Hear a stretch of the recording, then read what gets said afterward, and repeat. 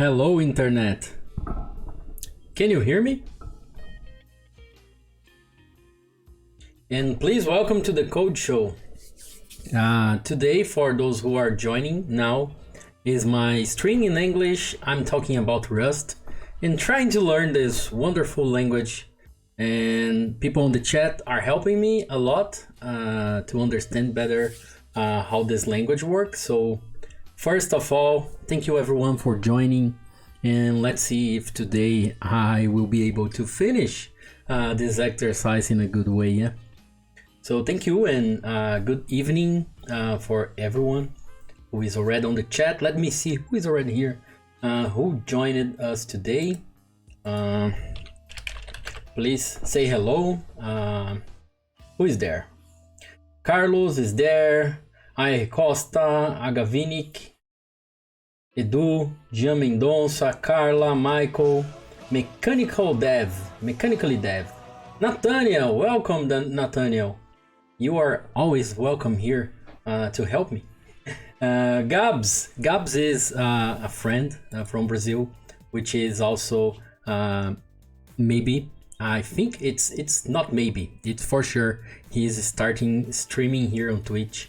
I think this or next week. So welcome, and that's it. So thank you everyone, and also thanks everyone who are on YouTube. Today I'm streaming on multiple platforms. You see, I'm on Twitch, and if you want to be participating on the chat, please go to twitch.tv/codeshow. People interact a lot on the chat. You have this emoji thing that can be exploding on my screen, so that's very fun. Also, I'm streaming on YouTube, and there are people there, so hi YouTube. There's also people on Periscope, watching from Twitter. I'm streaming on Facebook. I don't have too many followers on Facebook. It's a new account. And also I'm doing on LinkedIn. So this is the first time I'm streaming to LinkedIn. So we are on 5 platforms at the same time. And I hope everyone can learn a little bit of Rust language today. Right? And just as a reminder, I'll put here my command languages for everyone to know. It's Tuesday night. And Tuesday night is the day where I do streaming in English. And I talk about Rust because this is the language I'm currently learning. And on Thursday, I'm doing in Portuguese. So, volte na quinta-feira se você quiser uma live em português, certo? So, in Thursday, it's gonna be in Portuguese. I'll be doing Python projects. So, I have these 2 languages here, and that's awesome because you from Portuguese-speaking countries can be practicing and learning more about English with me. And also please correct me if I say something wrong. I do this lots of times. And then if you wanna also be speaking in Portuguese in the chat, you are welcome because it's okay. I can read your message, okay? And then I'm very happy because I reached 700 followers. So there's, I think, 2 months of Twitch, and I've been doing twice a week, 2 streams, and I did something also in the weekends, but not regularly. I'm doing more on Tuesday and Thursday, and I've been having lots of help from people, awesome people. So I want to mention Marco Bruno from Collab Code, Código Falado, my friend, and all the people from the Live Coders team. So if you don't know Live Coders is a team here on Twitch with I think 130 people who does live coding daily. So people, every day there are people doing live coding on this team, and I'm very happy that they also help me to reach this because I'm making new friends, and new friends on Twitch means you have more hosts and you have more raids, and that's awesome. People are coming and liking to be here. Also in the Portuguese stream on Thursday, there were some people from other countries joining and listening in Portuguese. That was very nice. So thank you all. Yeah. And Carla is saying that I should be doing another day for just chatting. Yeah, I had this experience in this weekend. Let me show here on my YouTube. On the YouTube, there is the latest video for, I think it was Friday. And on Friday, we did a bread. Yeah, so that was very different. We did bread baking. At the same time, I did some Python coding. So that was very interesting thing to do. I was not sure if it was going to work, but looks like it worked because people did the breads at home and shared some pictures, and that was very nice. So unfortunately, this is only in Portuguese, but if people requests, maybe I can record another thing like this in English. I don't know if there are audience for that, but that's fun because I created a code in Python. You can see here on the screen, and the code was the recipe, and we used Python to calculate the proportions for the recipe, and then we did this recipe for real. So that was very great, and people that were coming without Python knowledge, programming knowledge, could understand a little bit how we do for loops, variables, and data types.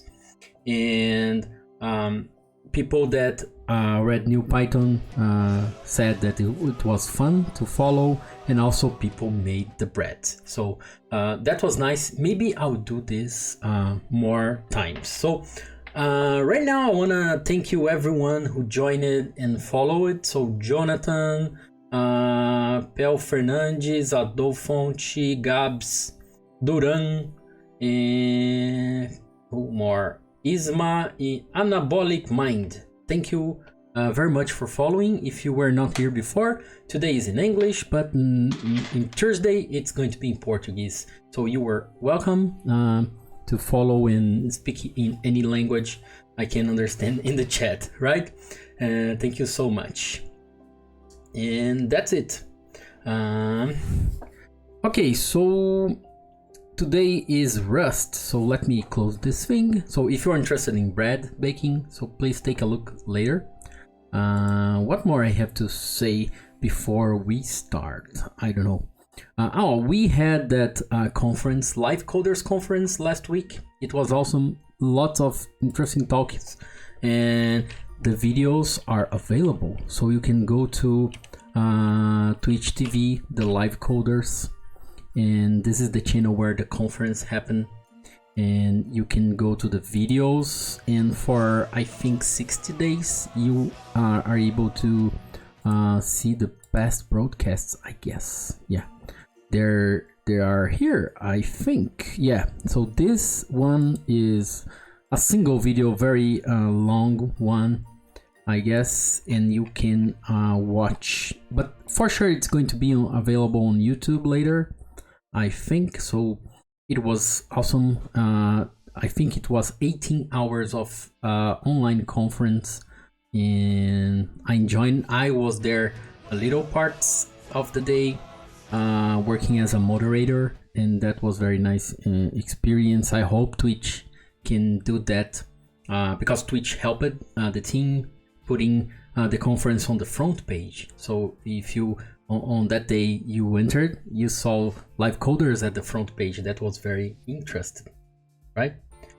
And okay, I'll share the link for the Live Coders, right?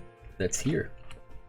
This is the link for the Live Coders, and if you are interested in seeing who else is on the team, you can go to this link. Also, this link is on my Twitch channel. Behind here, you see that there are lots of people doing interesting things like Vim plugins and .NET. We are here, Code Show, and other people. Whenever you come here, every day you have people doing live coding. That's awesome. Okay, so I think we are ready to go to our exercise for today. Let me see if everything is okay in all the platforms. I think we are streaming okay on YouTube, Periscope, LinkedIn, okay. That's nice. And And don't forget to follow the channel and also interact on the chat. Please ask any question you want. I'll do my best to be following the chat today. But we have Streamlabs broadcasting messages from other platforms. I don't know if we are going to have problems. And my microphone is flying on the screen. Yeah, microphone is flying because of the chroma key, but I hope it's not going to be a problem, right? Because I changed a little bit my setup here, so it's now easy for me to read my two screens. And what more? Okay, so please tell me, how is the sound? Let me try to listen it. There's some music playing, and please tell me if it's okay, the volume of the music. If you want me to, I think it's okay. But if you want me to change, just say on the chat, I'll do that. Right? Okay, so let's go to the exercise. Today I will be using the Rust playground to start with, instead of going to the coding, to my code editor. I'll try to do that in the Rust playground for one reason. I want to do this very simpler. So if I use there, maybe sometimes I'm spending more time on editor stuff. So I'll try to do this on Rust playground. Also because I can, after I have this pieces of code done, I can click on this share button, and then I paste on the chat, and you can access the same code. And anytime I want to share it, if you have some suggestions, for example, I can share, and then you can fork my playground, and you can give me back a link with your version. So that's an interesting way for you to participate if you want to help with this code. And the exercise for today is called Luhn. Yeah, so I think, let me get back to my track. I did all these exercises. We did the Minesweeper last stream. Minesweeper was great. I was afraid it was going to be difficult, but it was very great. And thank you for following Edu D3. We are doing a Rust exercise today. Thank you for joining. And we did that Minesweeper. It took me some time to understand this, but I think it worked well. And thank you again, everyone. Thank you, Nathaniel, and all the people that helped. And Foxterm, thank you for following. Welcome. And today is Luhn. So the first thing I want to highlight here is when you are doing exercises here on Exercism platform, there are these labels here. So you see these labels, and sometimes those labels are hints for you on how to implement the code. So in this case, Luhn, I think you can see, let me increase my zoom a little bit. You can see that we have two labels here, high order functions, and we have iterators. Yeah, so before we jump to the exercise, let's understand what is those two things, right? Because if it's there, I think it's for some reason. People that created the exercise put this there. So maybe they are expecting us to use these two things. Iterators is something that we already used in the past here on the exercises. We have been iterating a lot of collections like vectors and chars. So we did this a lot. High order functions is also something we did. Yeah.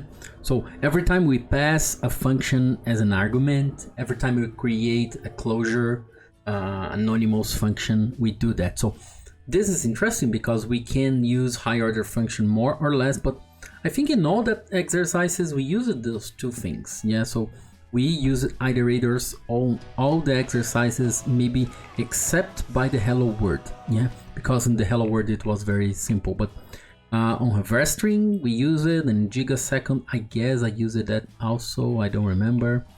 But just a note for you, if you are following this, if you're doing that exercises, take a look at those labels. And thank you for following my MRTT.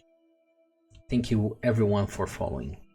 So introduction for this exercise. So what I want to do here today is to really pay attention for this README. I'm failing on doing that on previous exercises. I had to do that. Sorry, let me drink something. I really have to do that because there are some details on the README and sometimes I'm failing. And then later, someone needs to go in the chat and say, hey, that's on the README and you lost it. So today I'll be reading this carefully. And M. Burhan, thank you for following and welcome to the Code Show. So what I understand by this Luhn thing, because I have seen this before, never coded anything for it, but I have seen this before. Luhn is an algorithm for checking to validate numbers. So for example, credit card numbers, document numbers. Sometimes you have that little digit on the end, which is the check number. I don't know how they name that thing, but you do some calculations and then you need to check that verification code. So this is one of the algorithms for doing that. For every kind of document, you have a different formula to solve that problem, and Luhn is I think one of the simplest one, and it's a real thing, yeah, not made for exercise only. I think it has been used for real stuff. Let me open the Wikipedia page for that. Let's understand. So the Luhn algorithm or Luhn formula, also known as modulus 10 or mod 10 algorithm, named after its creator, IBM scientist Michael Worker. Yeah, because now I work for IBM. Hans Peter Luhn. Yeah, I was not aware about that. So yeah, that's nice that I'm doing an exercise that for a formula created by a person which worked at the same company I'm working. So that's very interesting. So this guy created this algorithm as a simple checksum to validate variety of identification numbers. Credit card, I don't know what is this. Oh, mobile equipment identity. Oh, okay, this is that number we have on our mobile phones. National provider identifiers and all that kind of stuff. So there will be the description of the formula, and somewhere we can see the details of it. So from the rightmost digit, excluding the check digit and moving left. Okay, so we have this check digit at the end, and then we are going to get this number here. So for example, maybe this is a credit card number, account number, document number, ID, anything. Then we are going to get all these numbers. We are going to remove the check digit and we are moving left. And we are going to double the value of every second digit. So for example, in this table here, let me increase the zoom a little bit so you can see the table. I think it's too much. Yeah, now it's better. Where is it? Oh, it's here. So for example, if this is the account number, we are going to get every second digit and we are going to double it. So we have 7 and 9. So we ignore 7, we go to 9, we double 9 plus 9 and it's 18. So we jump to the second again, 2, and then we double it. It's going to be 4, 3, 6, 8, 16, and then so on until the end, excluding the check digit. So that's the first part of the algorithm. Very simple. Then after we do that, we are going to, let me see. Okay, so the result of its doubling is greater than 9. Then add the digits of the result. Okay, or alternatively, same final result can be found by subtracting 9 from the result. Okay, so I'm going to subtract this from this, okay, it's, let me see if I get this part. If it's, in this case, we did, we kept 9, because it's greater than 9, right? So if this is 18 is greater than 9, then we subtract the other from it. Okay, so understood. So it's lower than 9, we keep it. So if in this case it's 4, we keep 4, 6 we keep, okay, that's fine. In this case it's 16, which is higher than 9, then we are going to subtract 8, and then we get 7, right? 8 plus 8, 16, we subtract 8 from that. Why we are getting 7 here? Let me check this again, because I need to understand this before we go to the code. Okay, 1 plus 6 equals 7. Okay.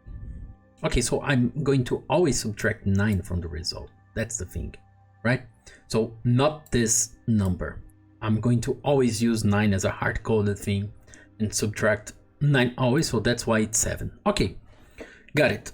Just a simple detail, and then after we are going to get all these numbers here. So we get all this collection, and then we sum it, and the check number is 67, which should be the same as the check digit. So that's the formula.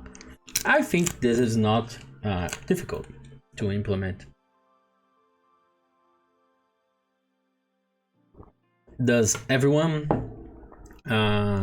implemented this in the past for interviews? Many programming interviews sometimes use these things like this. So as a question, I have read this before but never coded, so that's going to be the first time.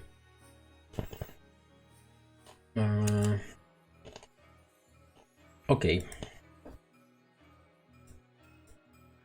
just checking if to see if my bitrate on my string is okay. Looks like it's nice. So okay, let's go to the code. Also, actually, let's get back to here. So I understood the algorithm, what we are going to do, sum those numbers and get to that value, but there will be some rules here, I guess. So we need to validate a number. Strings of length 1 or less are not valid. So I'm going to copy this and I'm going to paste it right here on my Rust playground as a comment, right? So we know before we implement it. And actually it's not going to be on the main function. I'm going to implement a function here and I'll call this Luhn, right? I don't know yet which type I'm going to accept in it.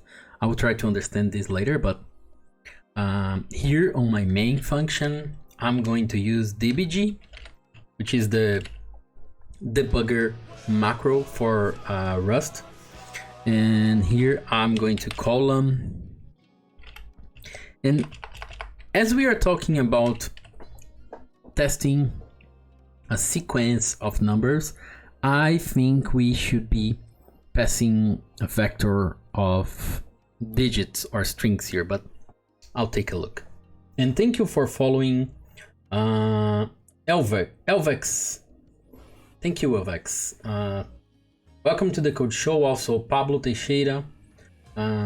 We are doing some Rust exercises. I just started. I was reading the README to understand the problem, and I hope now I can start coding, right? So this is the Rust playground, and while I'm doing this, I can share with you guys on the chat. So if you want to be giving some suggestion or trying or playing with it.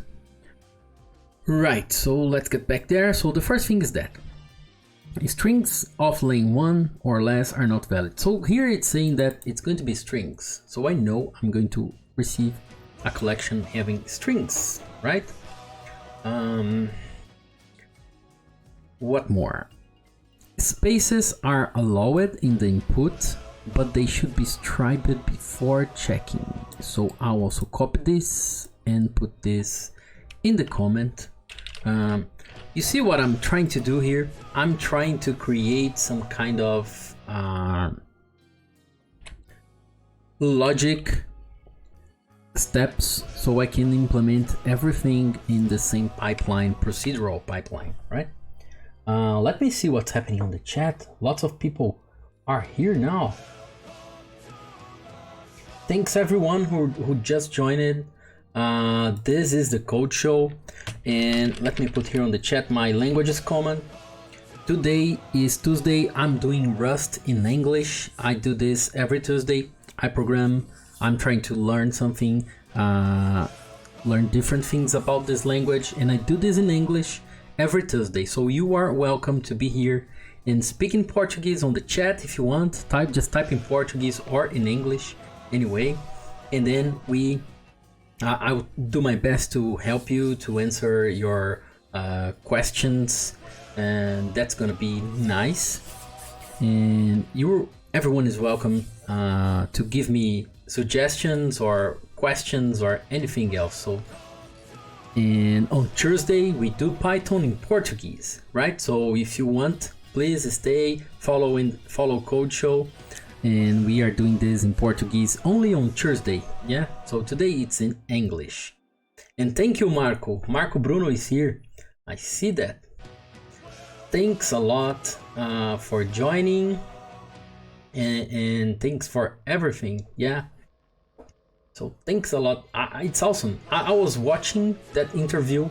I will be watching the recordings later, but I had to start here, and really thank you so much for the rate. Yeah.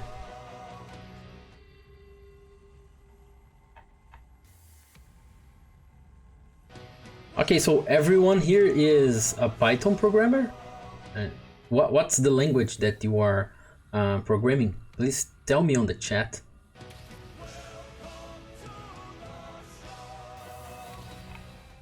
I think I'm going to see lots of JavaScript here.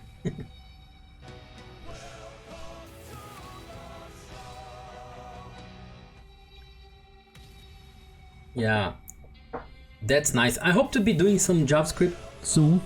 I think in some time soon I'll be using WebAssembly with Rust. There's a lot of things, interesting things we can do with WebAssembly and integrate Rust with JavaScript. I'm already doing this. I'm playing a lot with developing desktop applications using JavaScript and Rust. So once I finish these exercises, let me share with people that just joined it. I'm doing Exercism. Exercism.io is a very nice website for you to be doing exercises and learning languages. And I have choosing some languages to be practicing. So I will do Bash, Go, JavaScript, Python, Rust, and TypeScript. But you can choose on many languages. And there are exercises, mostly the same exercises available for all the languages. I'm in the exercise number 9 for the Rust, which means I completed 64% of this track, and I hope to go to the 14. And after I finish to the 14, so I already did all these other exercises, and after I finish these 14 exercises, I will be starting doing real projects on this day, on Tuesday. So I'll be starting using Rust for my personal projects, and I will be also doing some WebAssembly things, because there's interesting things you can do putting JavaScript and Rust to talk. Yeah, so that's awesome. That's very fast, and you can run anywhere, not only on the web. So that's my idea. My idea is first learn more things and practice more things, and later start doing real things. So everyone is interested. I think for any JavaScript developer, Rust is interesting, especially because of the WebAssembly. So if you were not looking for Rust before, my recommendation is that you start looking, because it's going to be helpful. And you can do components in Rust. I see yesterday I was seeing some Flutter components reading in Rust, and then you can just import and use in your front end using Dart and all the front end stuff. So that's very nice, yeah. And Carlos is saying that, Bruno, it would be great live streaming about quality assurance automation in Python or Rust. Yeah, I have done some talks. Let me share the link. And we are going to get back to the Rust exercise in a minute. I will just share this link with you guys. I have a playlist here with all my talks in conferences on my YouTube channel. So if you are not following my YouTube channel, you can just follow there. All the videos I do here is also published there. And there are some playlists. And one of the playlists here is the talks. Let me find that one. Intercom. So last year, I think not last year, but 2018, I have been talking on Intercom about quality assurance and test automation. I'll put the link here. If you were not there, you can see it's a talk in Portuguese.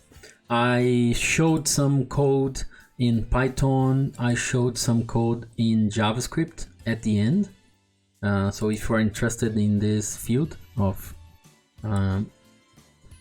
test automation, quality assurance, site reliability engineering, I talked about it. And also there was some Rust in my talk, obviously, at the end. So I think the future of test automation is going to have more Rust on the back ends, on the platforms. We are going to use more Rust instead of just Python and JavaScript. So we have lots of awesome tools like PyTest, we have Selenium, we have Cypress, which is an interesting test automation tool reading in JavaScript, but we can use Rust to make things faster, and that's what I'm doing.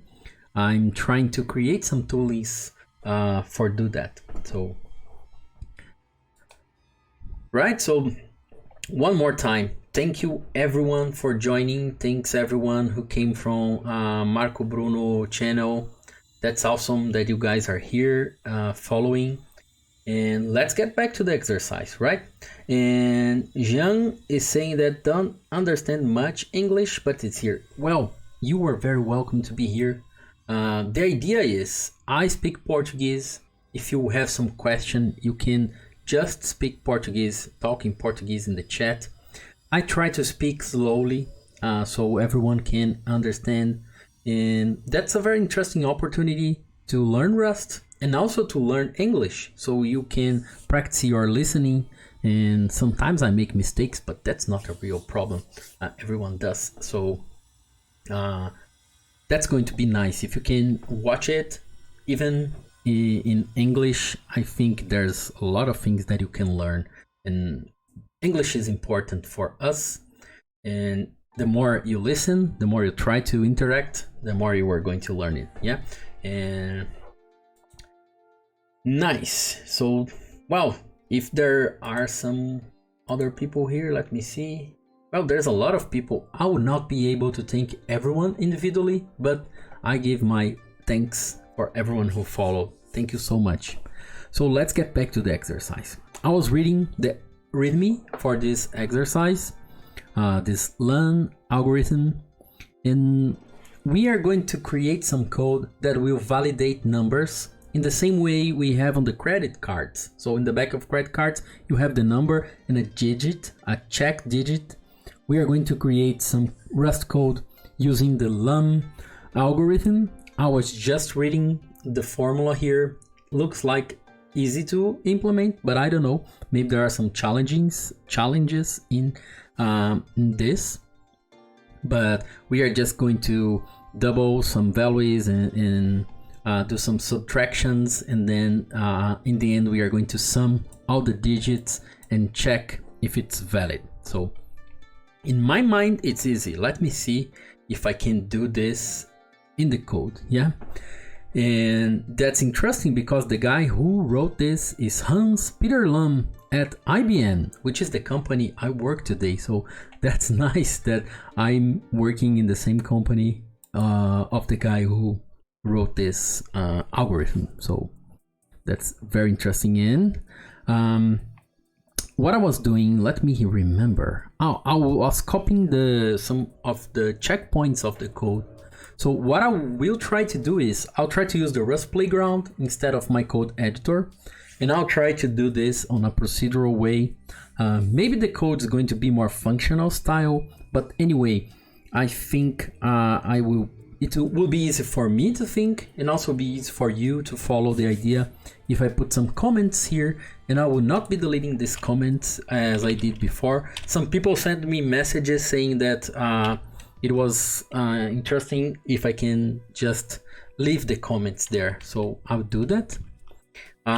When I will be submitting this to Exercism, I will remove the comments. But here on this, when I will generate the link to share with you, I'll keep the comments. So the first thing we are going to receive here, I think, let me put, I'll call it code, right?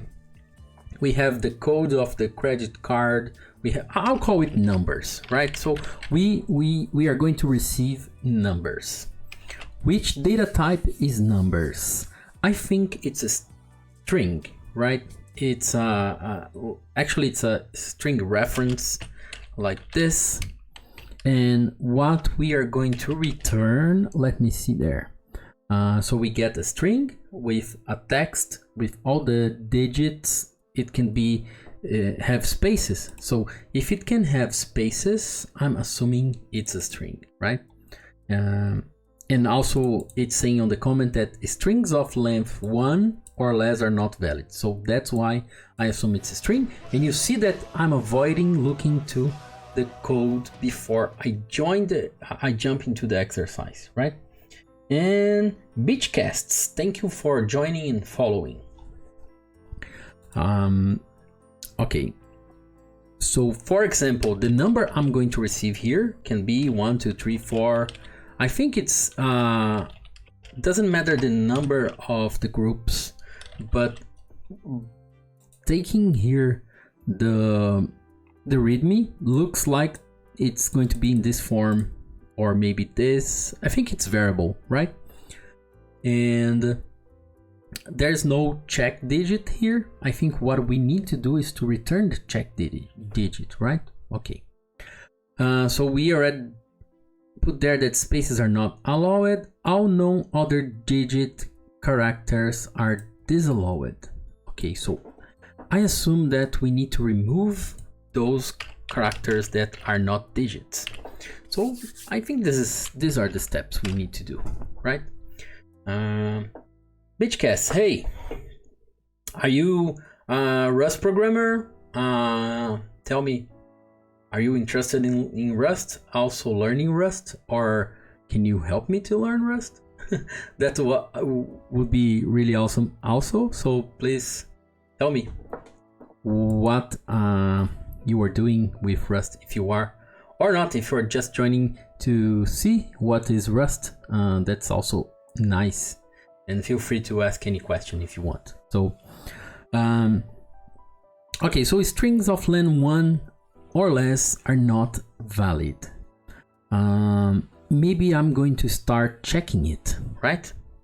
How can I do that? I have numbers there. I called numbers, but actually it's a string. I don't think numbers is a good name for something that actually is a string, right? How can I name it? Yeah. How can I name it? Naming is the hardest part sometimes. I know that if I open the exercise, there will be the function already implemented there with the names there, but I want to think a little bit more about it. Yeah. And Beachcast is a fellow live coder. Whoa, nice. And you heard of Rust. Okay.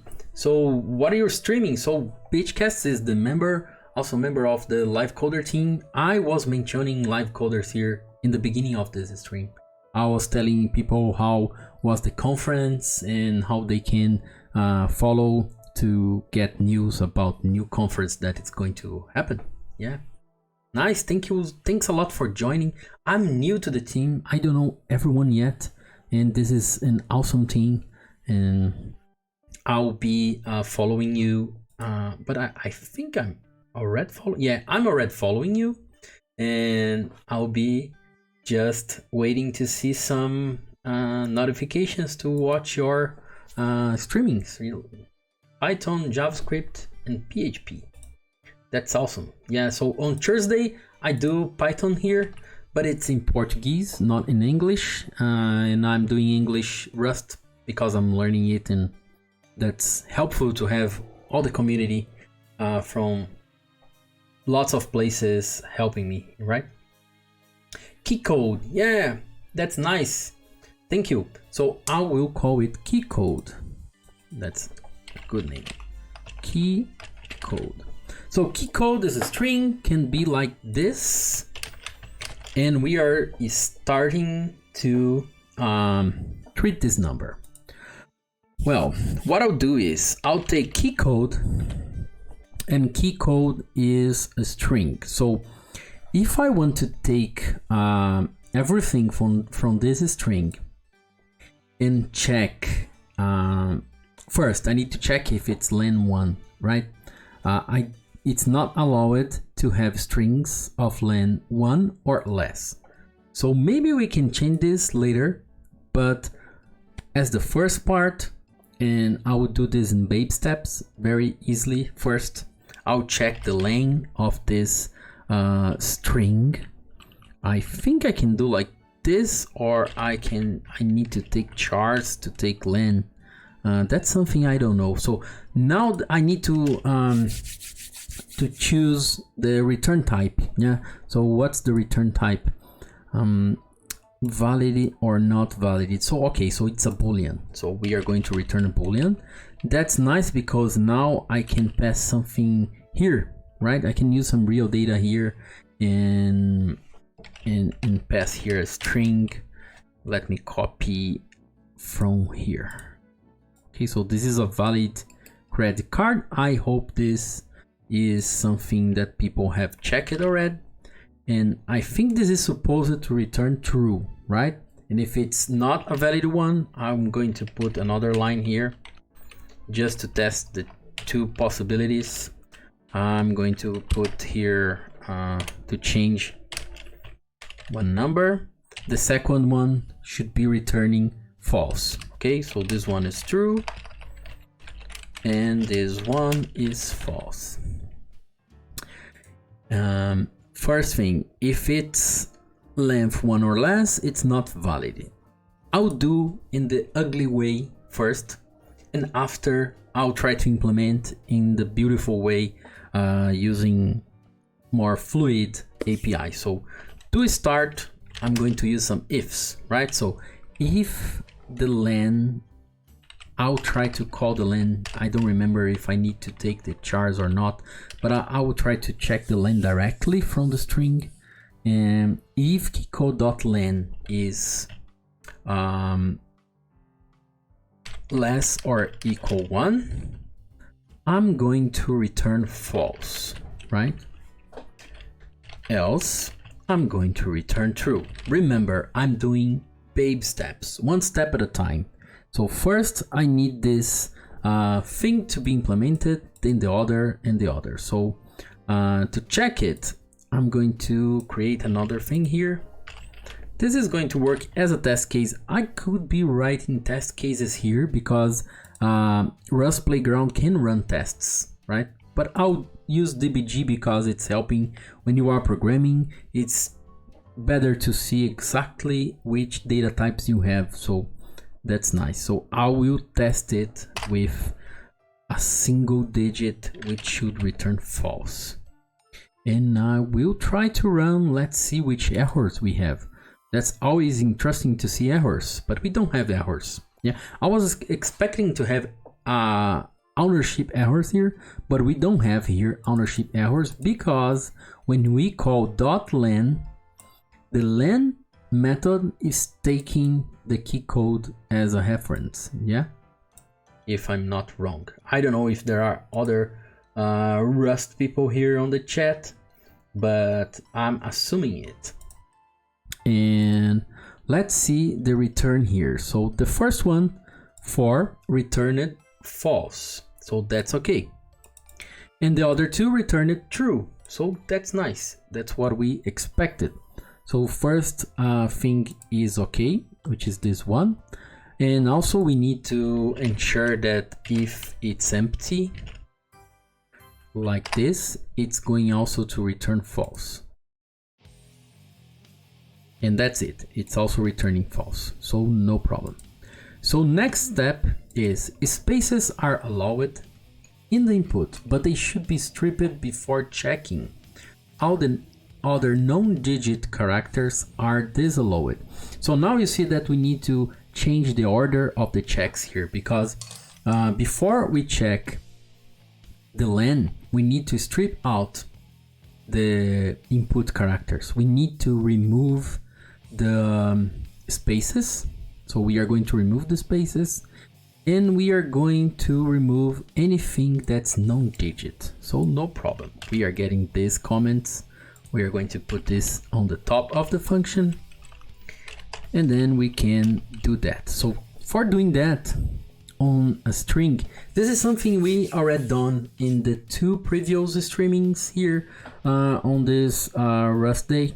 We did that when we implemented the, let me remember which is exercise was, but we did an exercise for those who are here. I know there are people here following this, my Rust exercises for a long time, and I think you might remember that we did the sublist, yeah. Space age, I think we used that also, in anagram. So that was the one. Anagram is the one where we used this. So you see, you got input chars, and in some place here we used filter, and then here we transform it and strip it things. So I'm not looking to the code a lot, but just to remember that this is something I already know how to do, so I hope I can do that.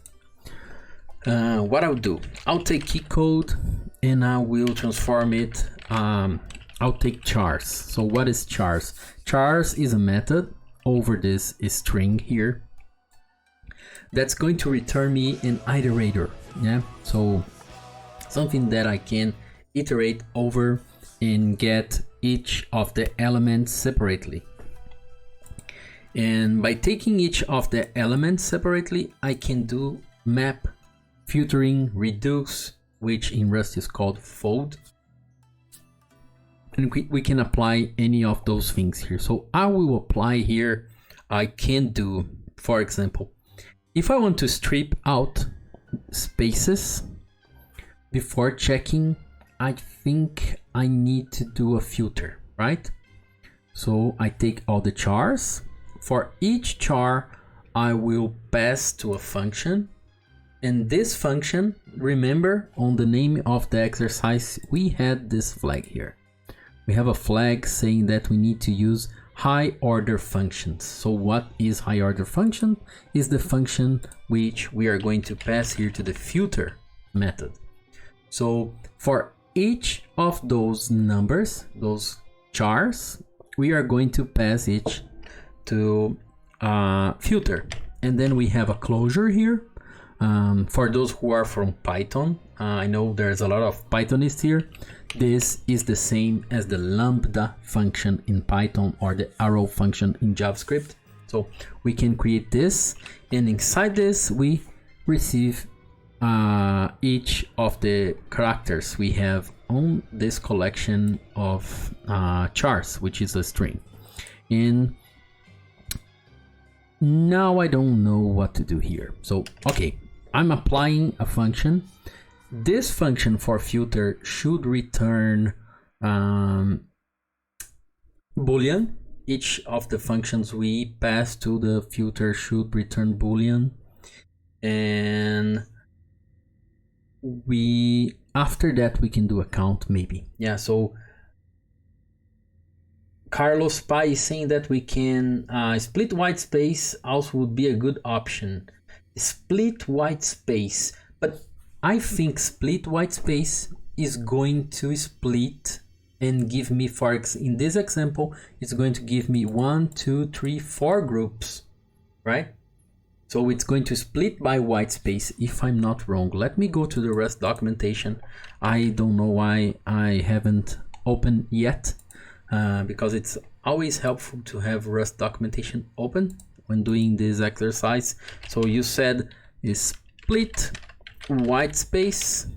I have used that before on string, and I think it's going to return groups of strings. That's not what we want. So you see in this example here, a few words, we get a few words, we get 3 elements, and I think that's not what we want. We don't want to get each group separately. We just want to get rid of white spaces like this, right? We need to remove all the white space. We have to trim the string, and also we need to check that only, white spaces is allowed, but should be stripped, and all non-digit characters are disallowed.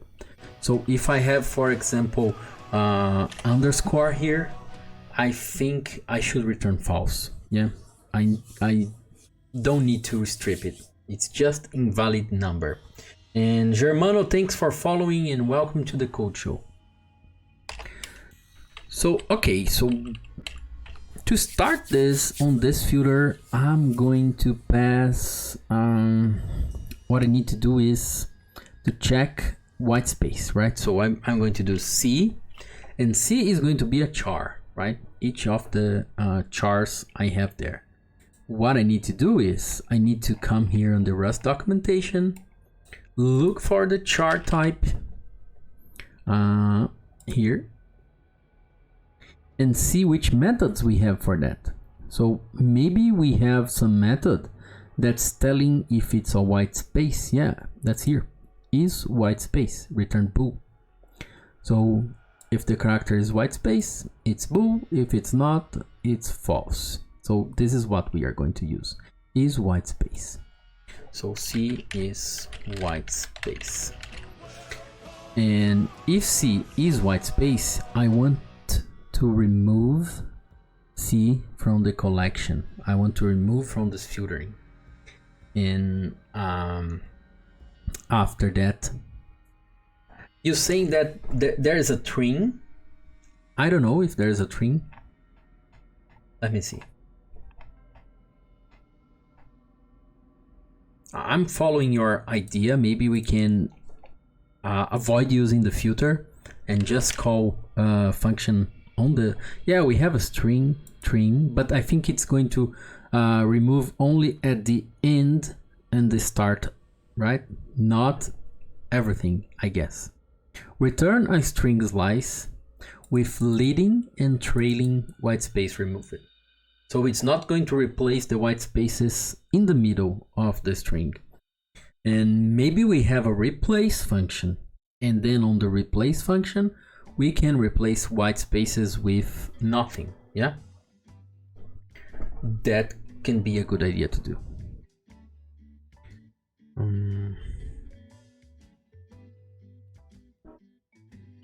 I don't know, string end, string left, string right, and we have a string matches where we can pass a pattern. Return a string slice with all prefixes and suffixes that match, remove it. That can be interesting. We can pass to the string matches all the white spaces, or we can pass to the string matches the that's the solution here. Look, we can use string matches, and then we can pass to the string matches the is white space function, and then the is white space function is going to remove the thing, I think. Let me copy paste it. That's nice. So what I'm going to do is simply, this is a method of string, right? Not string. I always say string, but actually it's str and string are different stuff. right? We should have some word to pronounce string, like str is too much to pronounce, too difficult. But okay. And thanks everyone for following. I see that GKM is here. I see also Lito Torquato, Germano, and Cristiano. Thank you. Okay, I'm going to use this on the string, so I don't need to iterate the chars. I just do string matches, and here inside the string matches, I can call char is white space, right? I think char is in the prelude. I don't need to import it. Yeah.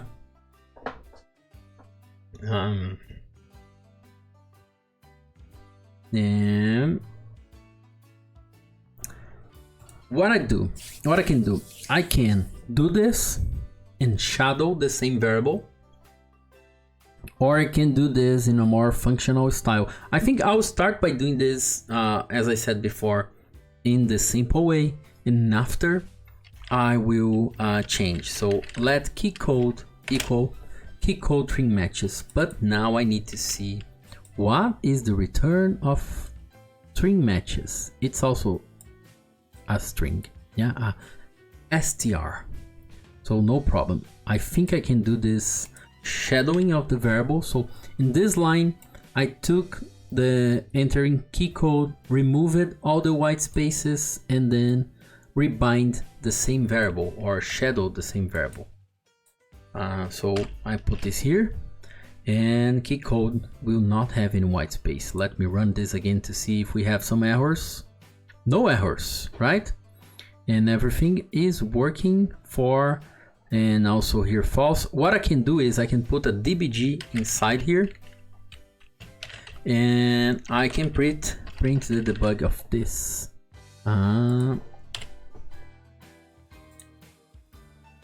me see. Key code 4. In this case here, key code, well, it's not stripping the white space, I guess. I was expecting it to strip, but it's not working because I'm doing string matches and applying char is white space, and I have no errors. And when I do this, it's on the line 6, right? Line 6 key code equals, and our spaces are still there. Why?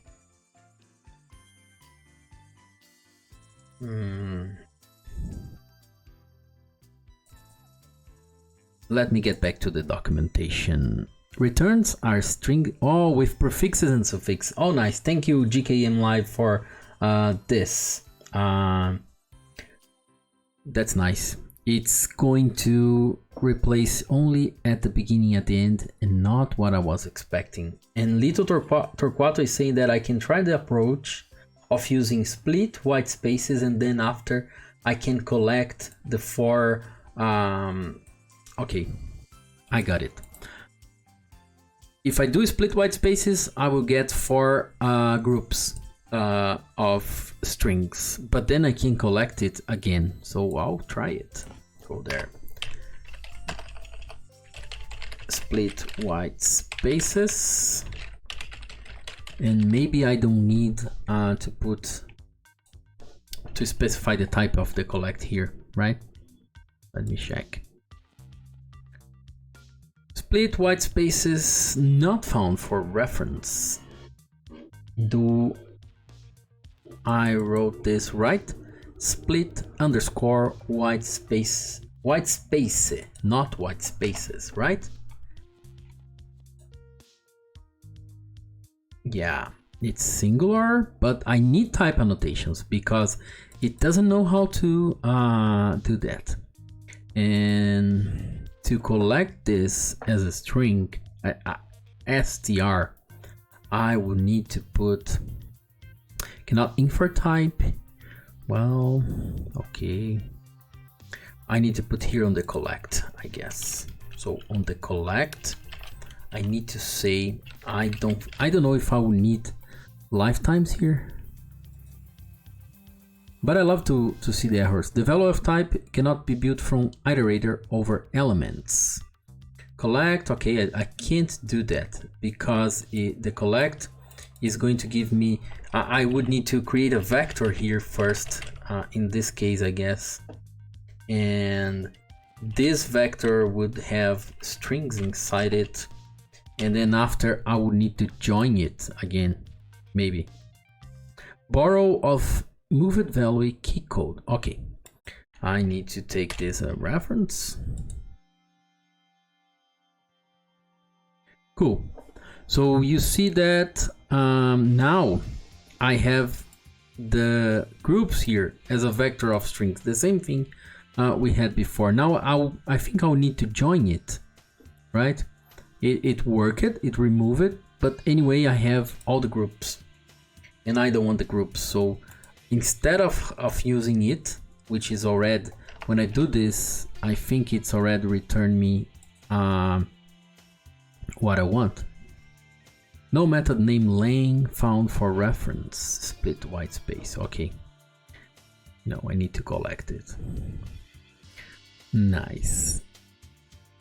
I think it's going to be more easy if I just do using the filter. Yeah, I can get back to the split white space later, but let me try with the filter just to make my mind clear.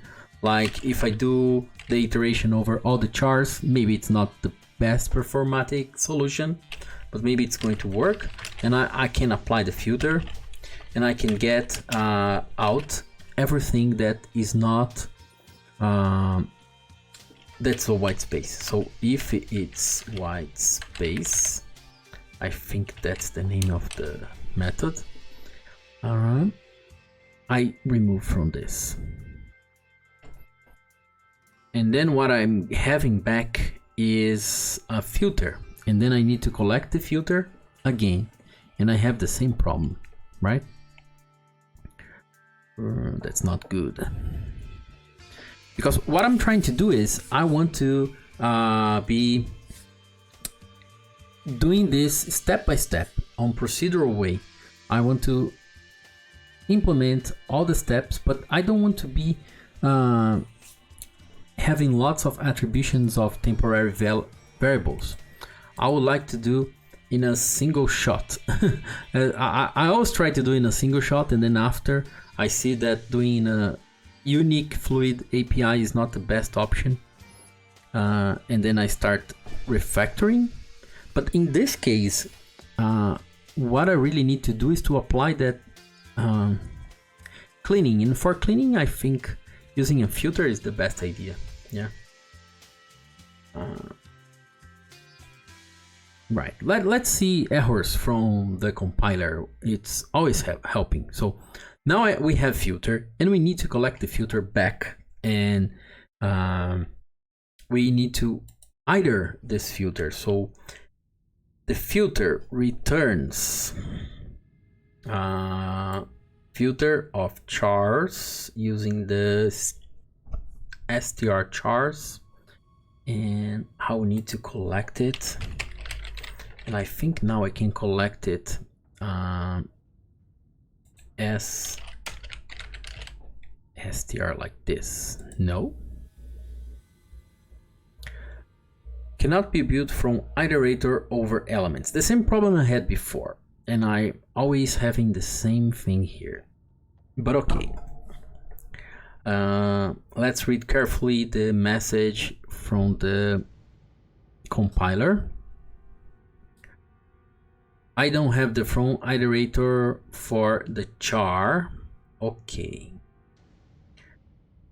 And the problem is that I'm trying to build a reference of a string of str, but maybe what I need, I would not give up the idea of first cleaning it and after doing the other stuff. Yeah. Let me go and remove it here. I'm starting to think that I don't need this. And I don't need this also because I'm going to check this before. I'm going to leave the comments there. So spaces are allowed in the input and they should be stripped before checking, and all non-digit characters are disallowed. So I think that's the hint. So if all the non-digit characters are disallowed, we can check this, and it's also going to check for white spaces in a single shot. So what I'll do is I'll do like this. I'll take the key code and I'm going to take the chars of it, and now I'll do a filter here, the same thing I did before, but sometimes replacing the code is helping me to think. Yeah, so Little Torquato is saying that tested the option replace and it works. Yeah, replace looks nice because it's simple. So you say that I can do, for example, key code equals keycode.replace, and then I replace a white space with nothing, right? Okay, let's see. And just to make this to pass, I'm going to return a explicit false here because I just want to debug that, right? Let's run. Okay. Nice, but I need to see if the key code is having white space stripped. So I'm gonna call the debugger and print the key code here.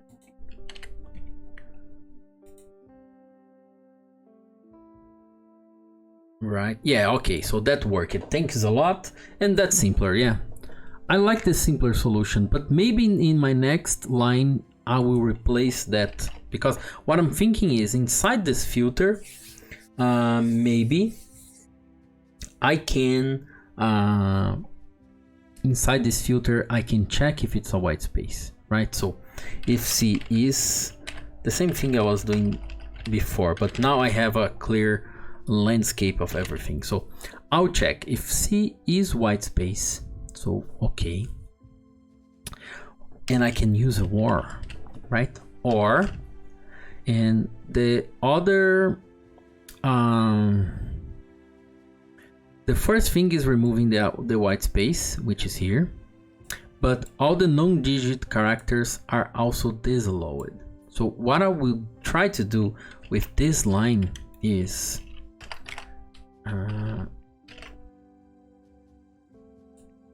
put everything below the comments. Right, so what I'll try to do is remove the white spaces because it's going to return true if it's a white space, and or C should be a digit, a valid number. And we have a method on the char. I was on the char, but I think, yeah, it's here. On the char, we have a method, I guess, here, is digit. So we pass a character to that, and is digit, we return a boolean. Yeah, okay, so I think I can use this. And they are saying that they can't see well, you can't see once if you go away from the Twitch homepage, you lost the chat history. Whenever you join, Twitch is cleaning all the chat messages, so that's not nice. What you can do is join by using IRC. That's what I do, because every Twitch is IRC also. So every Twitch channel is also an IRC channel. I think I can show you here. So can you see? I have IRSSI client here, and this is the chat. Hello from IRC. And that's my message there. So this is the chat I use, and I can see all the messages forever here. I can join lots of other Twitch channels using IRC, and I can read all my history. I can log my history in a file. So that's the problem. From the web interface, it's not nice. It's going to lose the history, right? That's not nice. And also, what's nice from using IRC, if you are streaming, a streamer, if you are doing live coding here on Twitch, that's awesome, because you can, for example, use names, and you can see the list of the names of people that are on the chat, and you can see the message when people join or left. So you know who is there for you to say hello, or who is lurking your chat for some time, or you sometimes forget to give the welcome message. So you can always look here. So that's nice.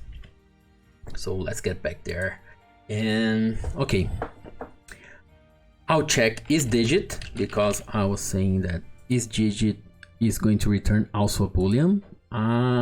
So okay, what this filter is doing is it's going to get all that key code, which is a string, iterate over the chars, get a filter. For each of the chars, I'm checking, is that white space? If it's that white space, I'm not sure if I want to check the negative of it. Let me think about it.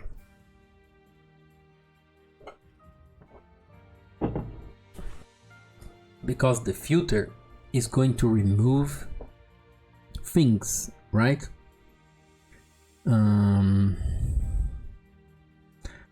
But white spaces are allowed.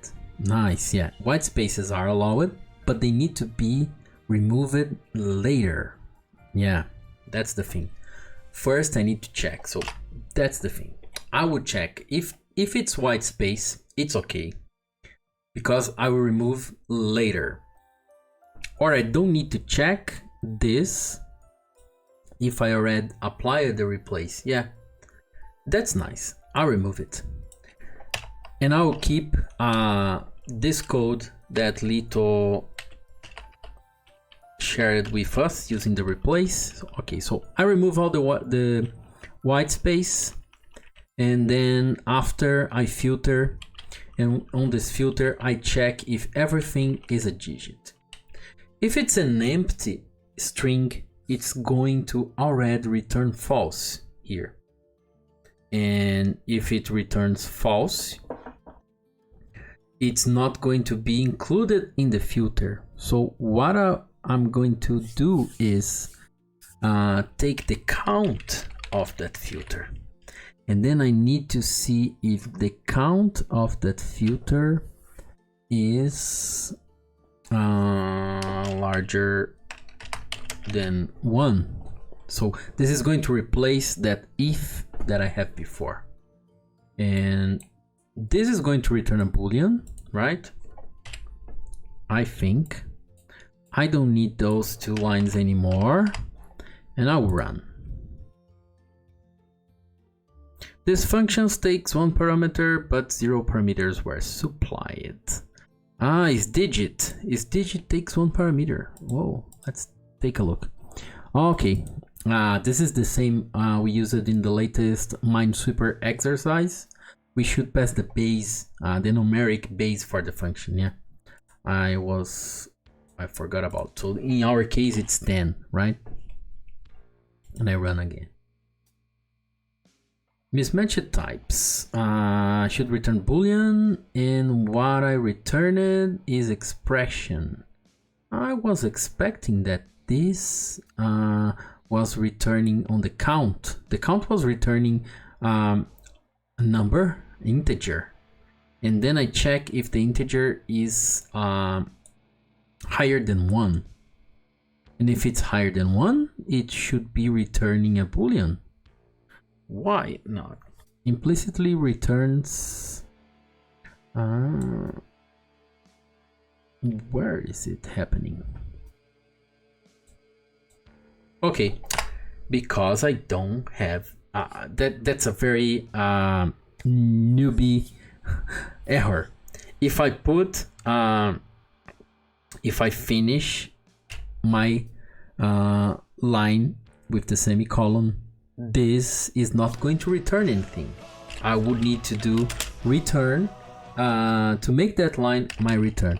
And if I omit this semicolon here, I will have this return. So that was my error. Sometimes we make errors when we forgot this, but in Rust, you can make mistakes if you put this. So if it's a return line, you should not put it.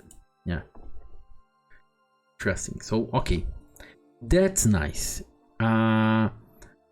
Here we have the return as false. Okay, because it's not digits, it's white space. In the next one, we have true because we replaced all the white spaces. And also we ensure that the count is higher than 1. So that's okay. That's the first part that I wanted to be solving. Let's go to the next thing. The next thing is going to be okay, so resolve the white space thing. Unknown digit characters are disallowed. Okay, so I remove it on the filter, right? The filter is going to get out. I can test it. I can pass, for example, non-digit stuff here, like letters. I'll keep the same structure and replace things here randomly just to see what we are going to have. Okay, so that's okay. It's going to be removing all the non-digit stuff before we do the calculation. Yeah, I don't know if it's a good idea because we don't want to calculate. If there is something that's no digit, we just need to return false straight away without taking our time to check it. So maybe before I do this, I need to do a different check. And that's what I was thinking to do before I do this count. So I can do also another line of key code chars, and I can check all, because on chars, I think I have all function. I'm still on the char, let me see. I have digit. No, I'm on the char type. What I want to see is the iterator. And on the iterator, I have this. I have all. And for all, I can apply a function. And this function will ensure that everything is returning true. It's the same as filter, right? But instead of returning a new iterator, it's going to return a boolean. So it's exactly the same as filter. So maybe I could use here, I don't know. But let's do this here on the other line. So I'm going to get the C. I'm going to check the C is digit. So to be valid, it should be digit. And also I'm going to check if the C is white space. Right, I write wrongly, white space. And what I want to check here if it's not digit, right? If C is not digit, or if C is white space. No, that's okay.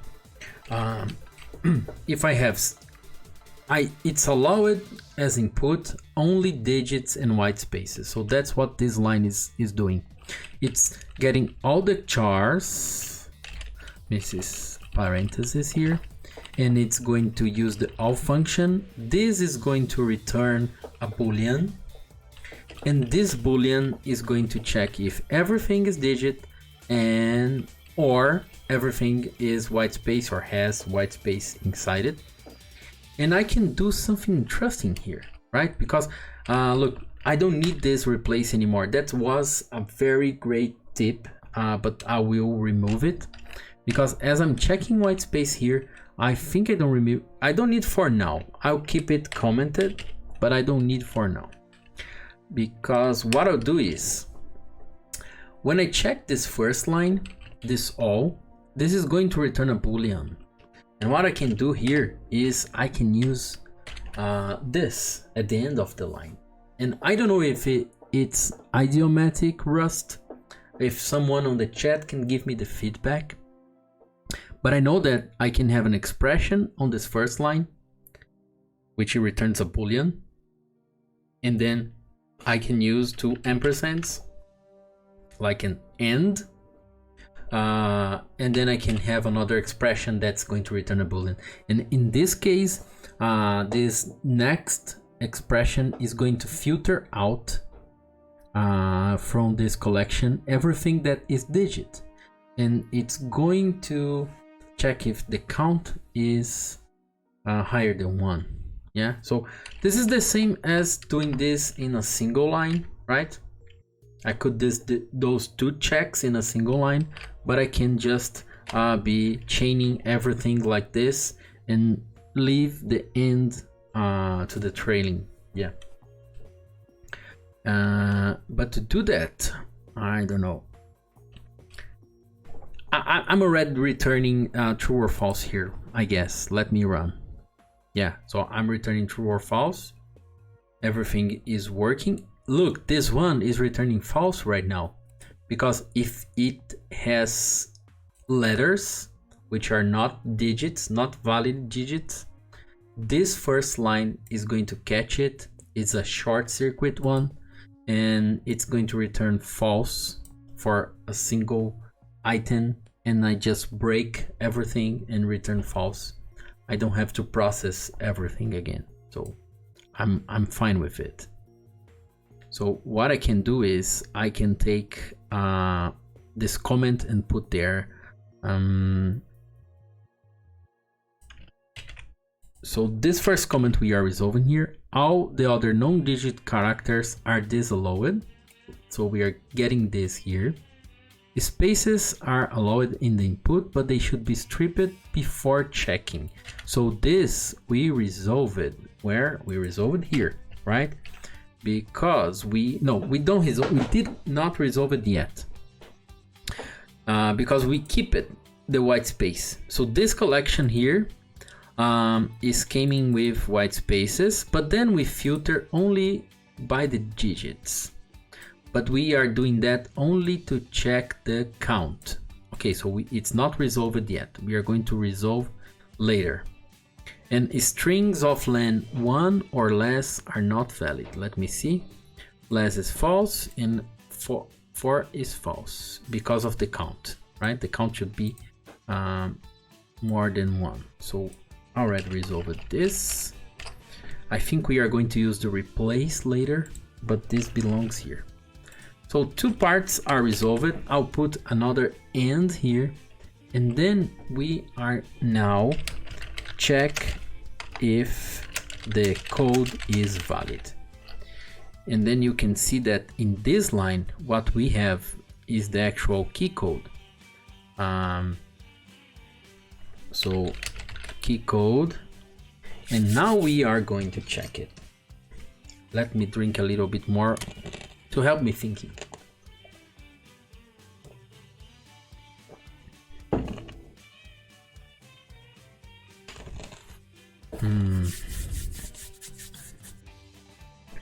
Everything is going to be applied to the chars, yeah.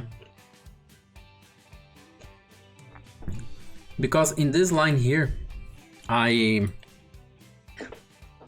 it's repeating chars all the time, and chars is returning iterator, and I'm filtering and doing things over it. Sunshell Codes, thank you for the subscribing. Yeah, thanks for joining Code Show, and please join our Discord. You are now in a very, you have access to different channels there on our Discord channel. Thanks a lot. That's very nice.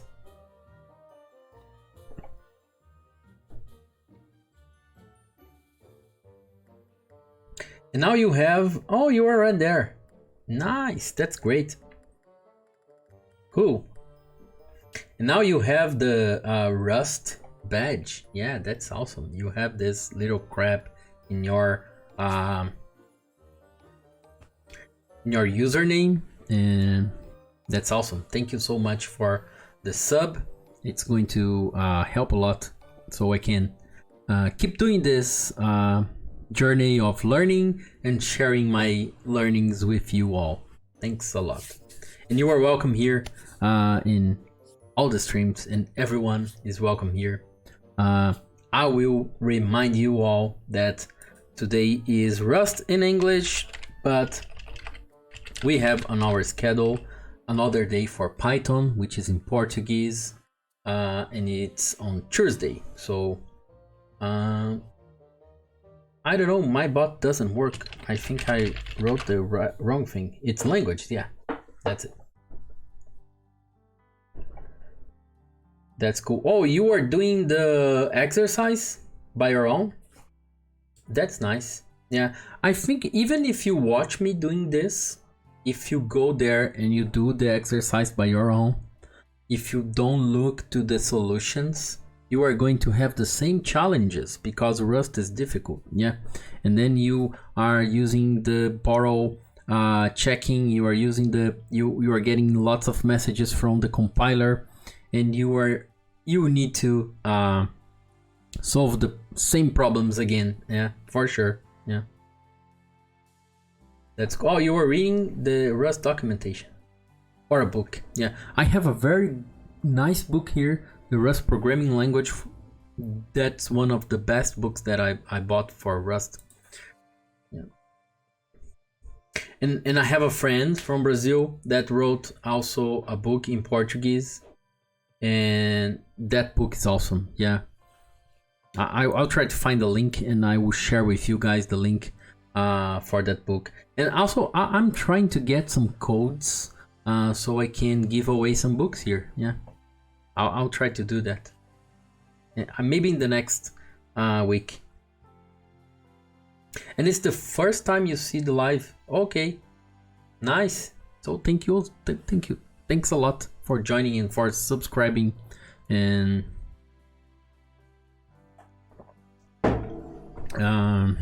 okay. Well, I think I'm a little bit lost here. Yeah, what I should do there. We already checked if it's non-digit, if it's white space, and we already checked if the count is +1, but now we are going to get the chars again. And you see that I'm calling chars here, I'm calling chars here, and chars here.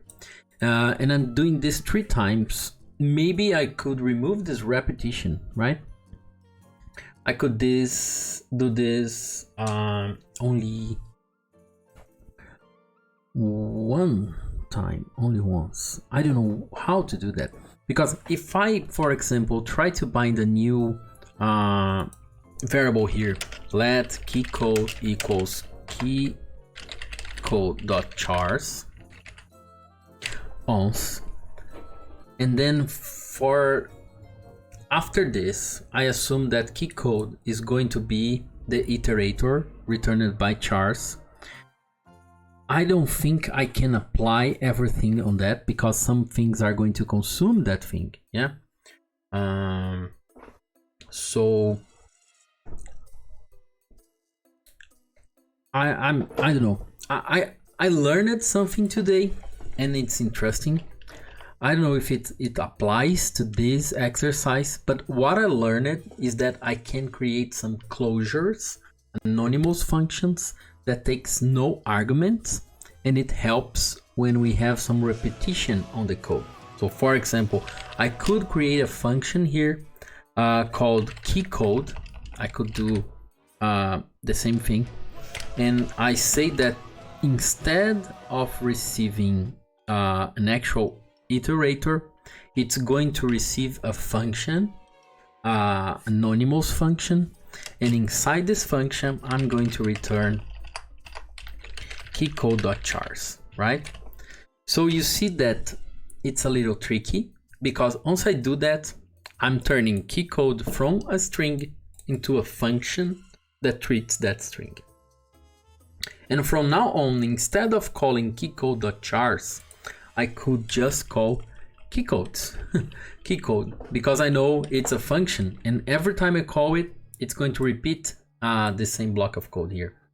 But maybe it's not worth to do that in this case, because it's easier to read if I call chars all the time. So for now, I will keep calling chars all the time, so 3 times, after we see if we can improve that. And what I want to do here is start the actual algorithm, right? We want to apply these calculations. So we get all the numbers, strip it the white spaces on all the things. So we are going to get an account number like this. And we need to double all the numbers, the second numbers. And then we need to sum all the digits. So let's start doing that. After I get the chars, I will apply a filter, not a filter, a map, okay? I'll map a function on it, and this function is going to take the char. Remember, each thing I get from the chars is a character, is a char.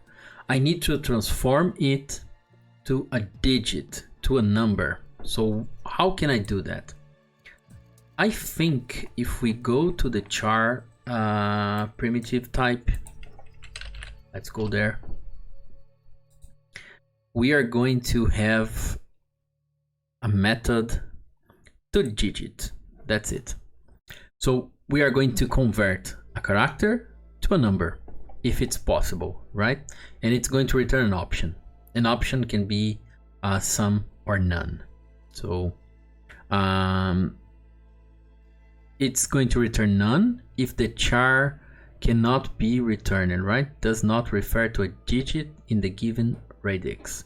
So I'm going to pass the base 10, the same way we did before. And if the thing I'm passing can be transformed to digit, it's going to return some. If it can't, it's going to return none. And we can check it by a pattern matching or something like this. And who else is there? Natanearu, thanks for following. And Leonardo, thanks for following. Tuska, and that's it. I think Craziness also, thanks for following. It's Sopa. Bozudo, thanks for following. I think I thanked everyone. Yeah. So what can I apply on this map? The first thing, take the strings, the chars, transform it to numbers. So I take the char and I return char toDigit. And this toDigit is going to have the base 10, right? The problem is each of elements now are not digits yet. It's option. Remember, in Rust we have option. Option can have some or none. So we need to do an unwrap. What I do an unwrap inside here to get this thing out, or I do an unwrap later. I don't know. Let's see how it's going to behave, right? So to make it a little bit better, I'll do like this. And I'm feeling like I need to open my code editor soon and paste the code there and see it's running in the real test cases. But for now, it's okay. So chars map, I transform everything to digit. And then the next step is going to be, okay, I transform to digit. And now I think I need to do the calculations, right? I can do that inside the same map, but as I have 2 calculations to do, I think I will need 2 separate maps, right? I will first double every second element, and then after I'm going to sum everything. So I will need the digit later twice, So that's nice to be transforming everything here. And then after applying another map, and in this another map, I take the element and I will check, I'll do, I don't know. I think on the formula, we have, in the name of the formula, we have, for example, it's called also modulus 10, right? Or mod 10. So here I think we can use the remainder operation on Rust to solve this. So I'm trying to check here on the Wikipedia if we have the formula for that written in the math notation. Where is it? Oh, there is also a pseudocode implementation here, right? Here for the sum, the digits. Yeah, and you see that it's returning the modulus 10. So maybe I'm going to apply the modulus 10 at the end, right?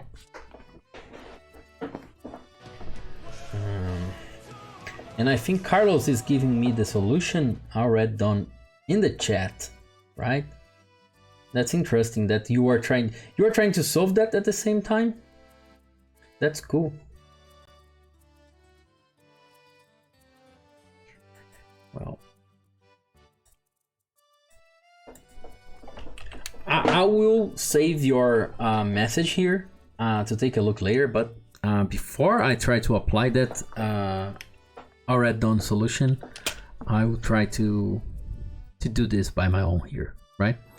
Because I think I'm on the right track. I'm not sure if I have to use map here or if I have to use a filter map. What's the difference? Let's try to see. There is filter map. On the iterator, there's filter map. And filter map, what it does is it creates an iterator that both filters and maps. So at the same time, I can apply a map to transform, and if the transformation is valid, it's going to return the thing. So if I use the filter map, which we already used it on previous exercise, I think we used that on the @bus cipher, one of the first exercise we did here. It's going to do the unwrap for me. Yeah, so I was concerned if I needed to do the unwrap here, but looks like if I change the map to filter map, it's going to apply first the map, right? So it's going to transform everything to digit, and as the return is option, if this option here, if this option has a sum, it's going to apply true to the filter. If it has none, it's going to have false to the filter. So filter map does the two things, yeah. I don't have to do this in another way by my own. So I'll do like this. Let's get back here to the formula again. I have not found the math notation for this formula. I don't think there is, but here we have the description. So from the rightmost digit, excluding the check digit and moving left. So this is interesting information. Looks like we need to do this in the reverse way. Yeah, I was not expecting that. We need to do the reverse of the chars, right? So the iterator we need to get the reverse, and we have a method for that. We have a method to reverse things. I don't know with, yeah, it's here, rev. So reverses the iteration direction. We were doing from the beginning here to the end, each of the characters. Then we are going to do this backwards. And to do that, after the chars, I can call rev. That's simple. Then I take the iterator for chars, I reversed it, and I apply a filter map from the end to the beginning, right? And after I'm going to apply a map again. And on this map, I need to do the first calculation.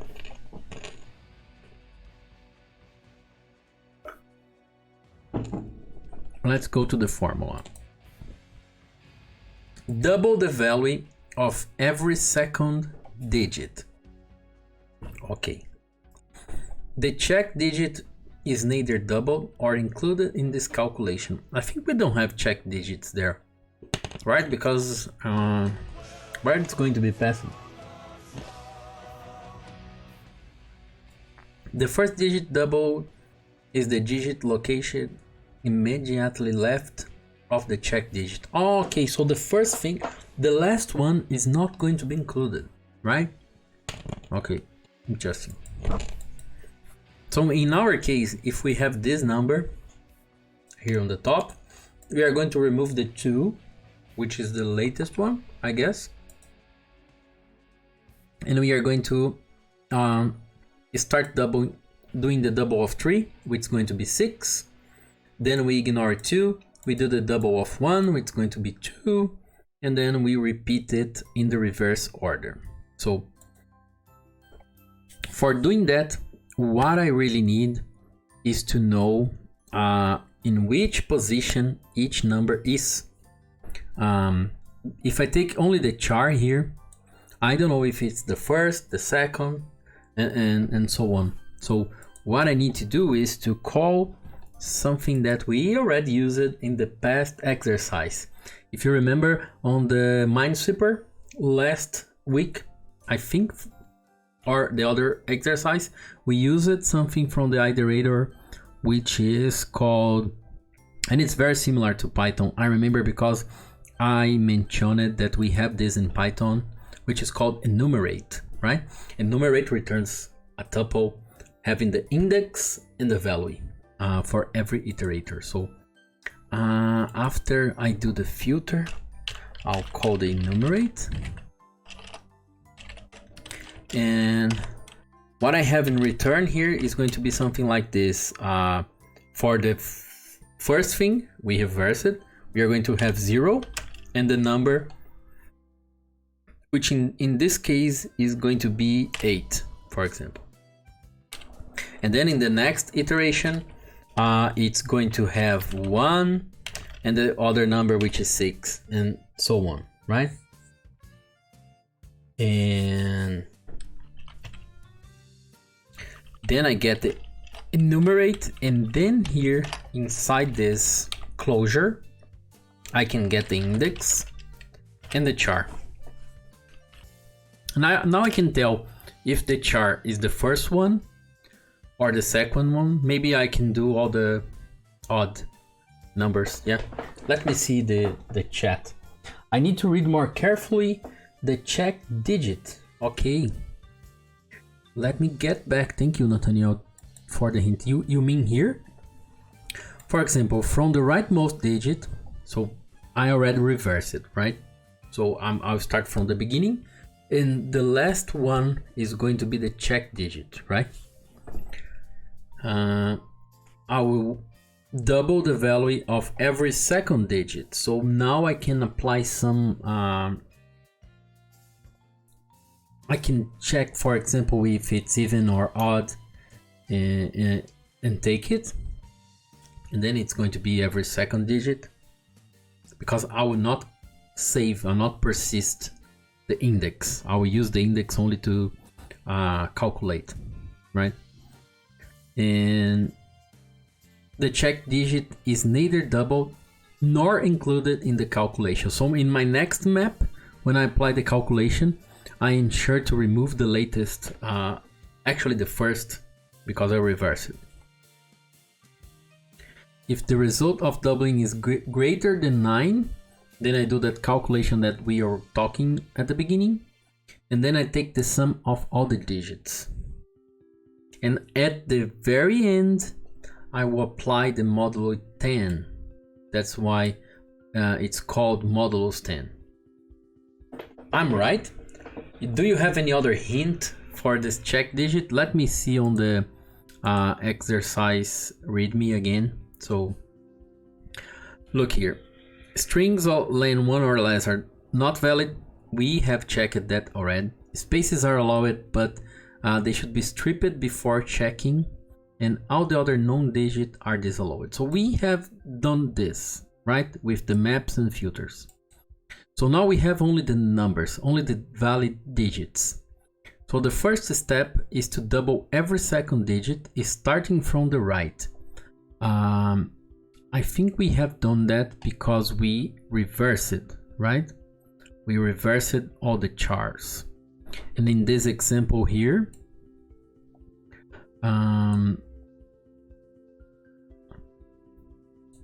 it's not reversed, okay?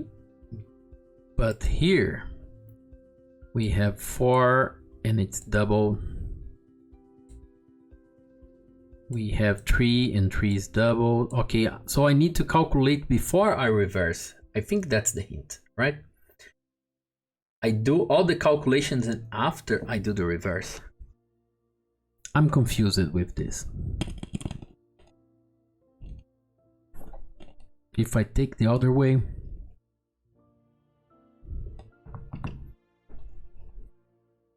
I don't know. I can't see the check digit here. Which of these numbers are the check digit, right?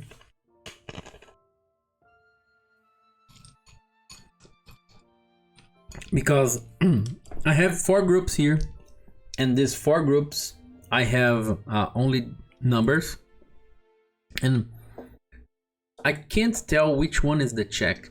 So by the Wikipedia page, I understood that I need to reverse everything, and then the first one is going to be the check, the 7, and then it's not going to be included on the calculation. When I'm going to sum only taking the result of the others. Yeah, you were right. I will just try and see what's going to happen. But thank you anyway. So here I have the result of the enumerate,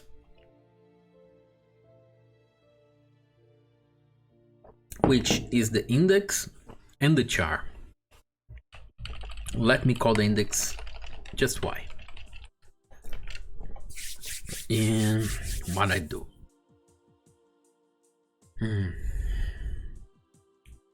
Index and the char. I think I need to see if it's divisible by 2. If it's divisible by 2, I just take that number because it's the second one. If it's not, yeah, I think that's it. Maybe it's a filter, not a map, right? Because I just want to take all the, but oh no, yeah, but I will need this number on my next step to be calculating, yeah. So I will return it if it's divisible by 2, and if it's not divisible by 2, I'll just double it. I'll return, yeah, that's it. I got it.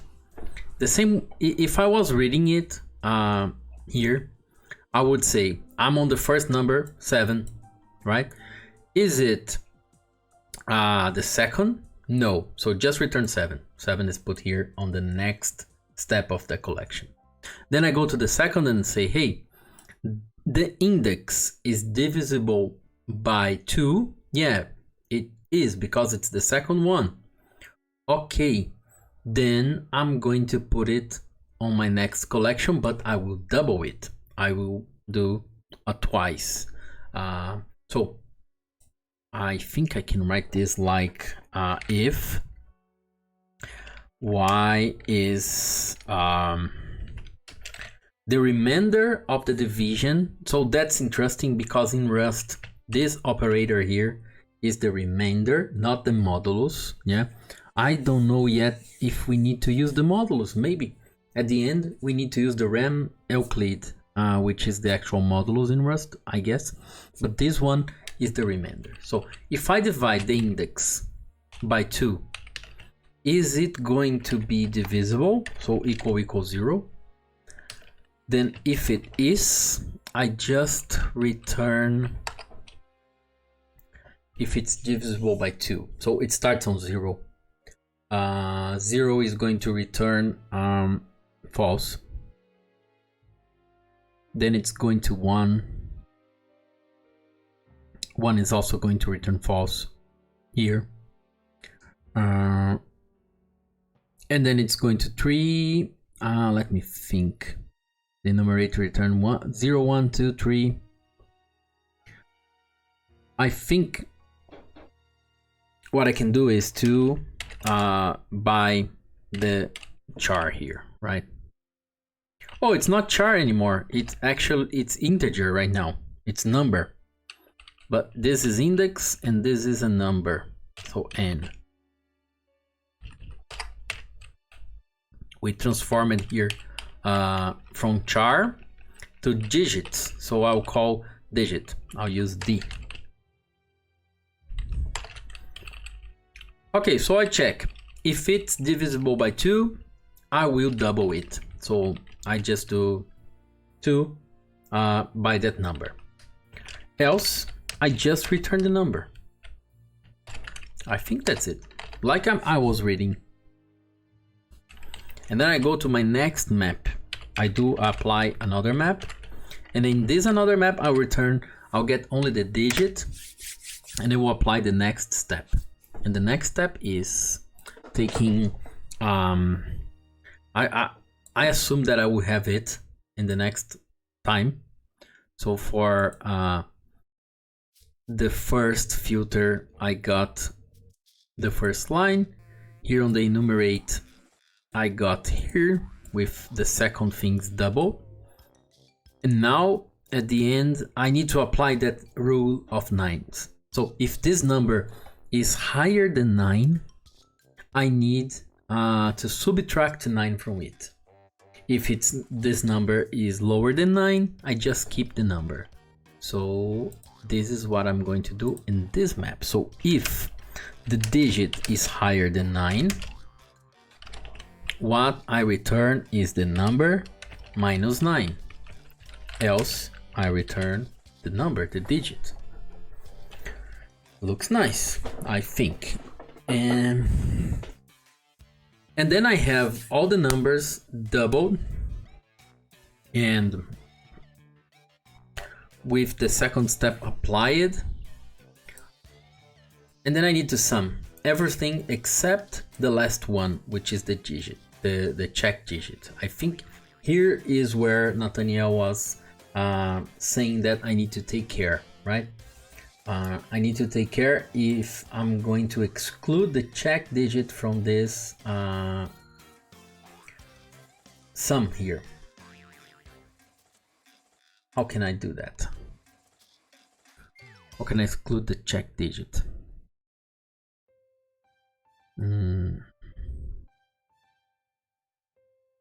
I don't know. This is the only thing that I have not understood in this exercise yet. I should follow the algorithm in the README, not the algorithm in the Wikipedia. Okay, so I'm following here. Thank you again.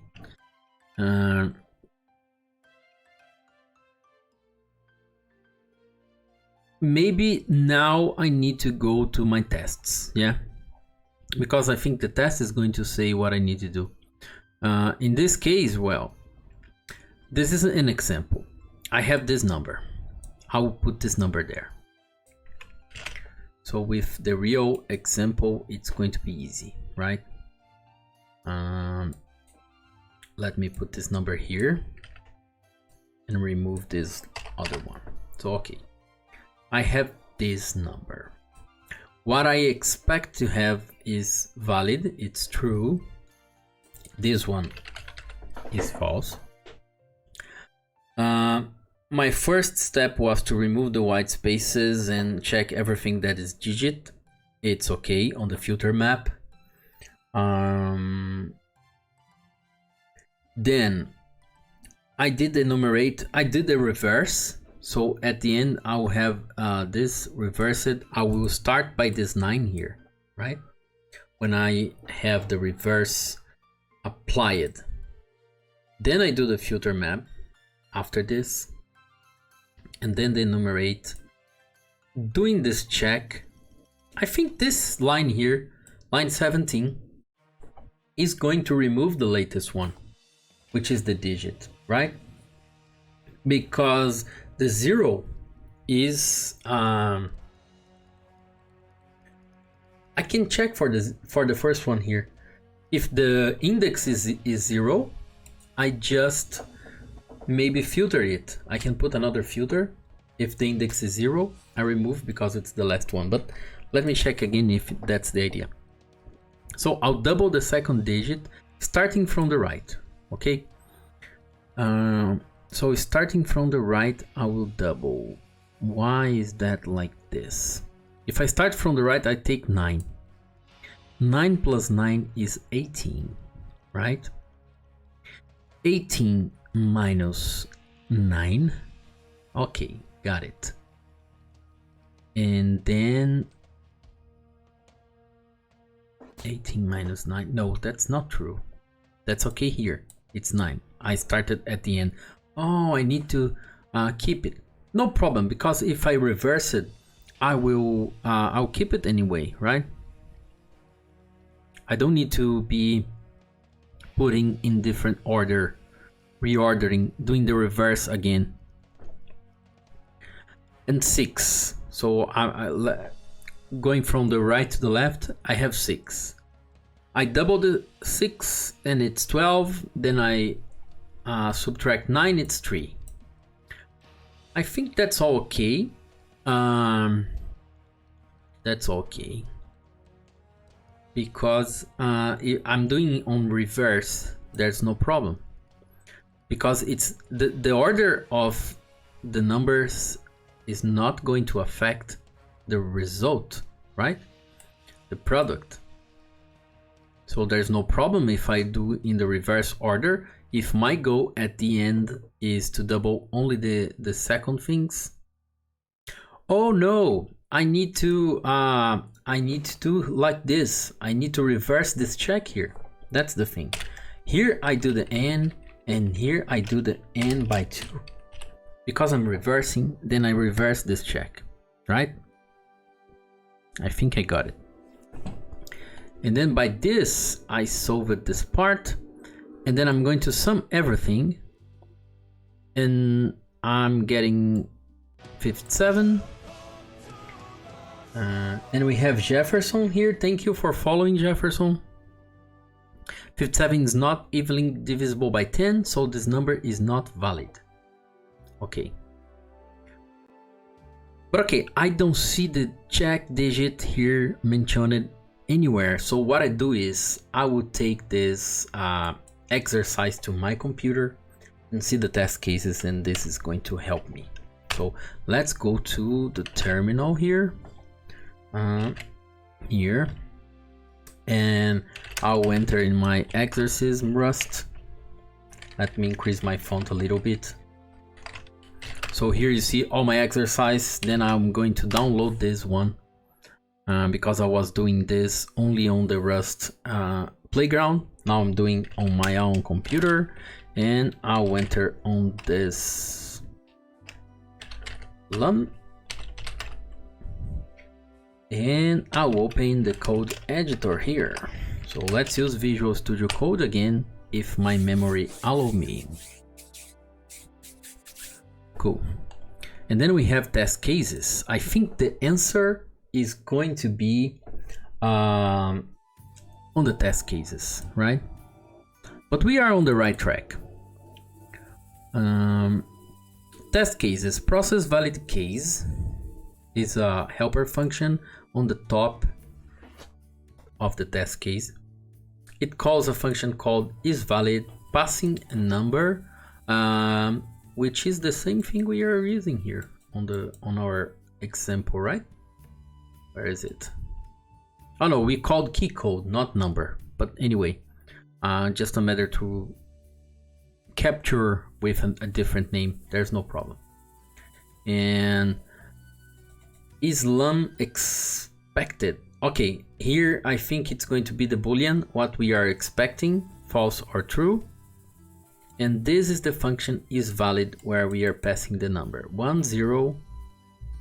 Test a simple valid case that remains valid if reversed. That's cool. Test a simple valid scene that becomes invalid if reversed. Canadian scene. I think scene is some kind of identification number on Canada, right? That's why it has this name. And then we have the credit card. And I can't see yet where is the check digit. I think Carlos, maybe Carlos is right. The check is the sum itself, right? The sum of the things is going to be the checksum. And then we are on the right track. So let's finish it here before we go there and we try to run all the test cases, okay? Because we are missing only one part of the algorithm. If I follow the algorithm from the README, the last part that is missing is the sum, right? I already did the reverse. I already removed everything. Now I need just to sum. And the easiest way to do that is just calling the sum method over iterator. And Carlos Marinco, thanks for following. Welcome. Sum, where's sum? We have max, skip sum. We have some here, so we can pass to sum anything that's an iterator.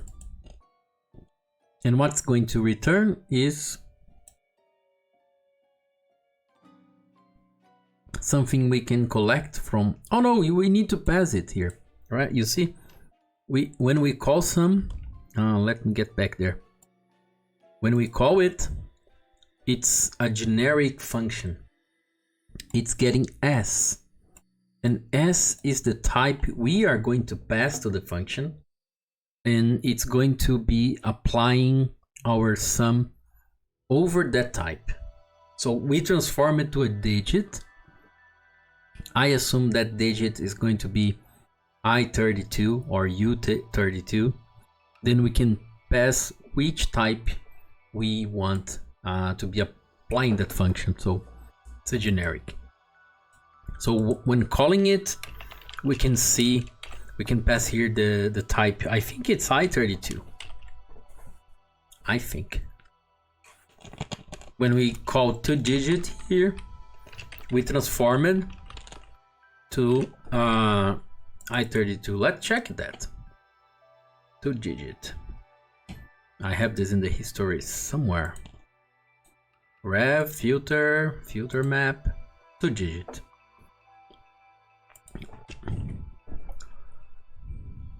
Don't have it. Find it. 2-digit. U32. So that's what we need to transform there. So we call sum passing this generic type. And then the sum is going to return the sum of that values. And the last thing we need to do is to check if that number is valid, right? You got lost in the map where I subtract 9. This map here. Okay, this map is the second part of the algorithm. If you look at I think that's where I think it's easy to understand this algorithm reading the Wikipedia than this README. Maybe we can improve that. We can send a pull request and put this table here, because this table helps a lot to understand this. Yeah. And I missed this table here. Okay, we have the example. The example is saying that we need to double every second digit. It's here, just the seconds. 4, 3, 1, 8. And actually this is confusing because it says that we need to do that in the reverse. But okay, we should start from here. So this is the first, second. That's exactly what we did when we used rev here, right? To do the reverse. And in the next line, it says that if doubling the number results in a number greater than 9, you need to subtract 9. And that's what Wikipedia says here. So in this example, if we double 9, it ends in 18. 18 is greater than 9, then we do 18 minus 9, which is 9, right? And we are going to do every time this result is greater than 9. For example, 16 here. Minus 9 is 7. So that's the algorithm. And that's what I applied here in this map. I don't know if it's right yet. We are going to run it, but I think it's on the way. Yeah, maybe we are going to improve it, but it's on the way to work because I mapped everything to a digit. Then we check it if it's double. If it's the second, we double, and if the result we got here is higher than 9, we subtract 9, or we just keep the same value. Yeah. And Nathaniel is saying that the check digit is Luhn algorithm in Wikipedia says what? You get the last digit to make a valid Luhn account, while exorcism is trying to figure out the full number is a valid or not valid. Okay, I got it. So we are not taking the check digit in count for the exorcism, right? We are calculating this, and the check digit itself is going to be the return of the function. That's what we are trying to do. Our function here is getting the check digit, and if the check digit can be divided, is divisible by 10, then it's valid, right? That's what I got. Oh, it's not the check digit. It's the opposite. Well, because I don't see in the Wikipedia, we have the X here, right? It's the check digit. And here we don't have the extra number.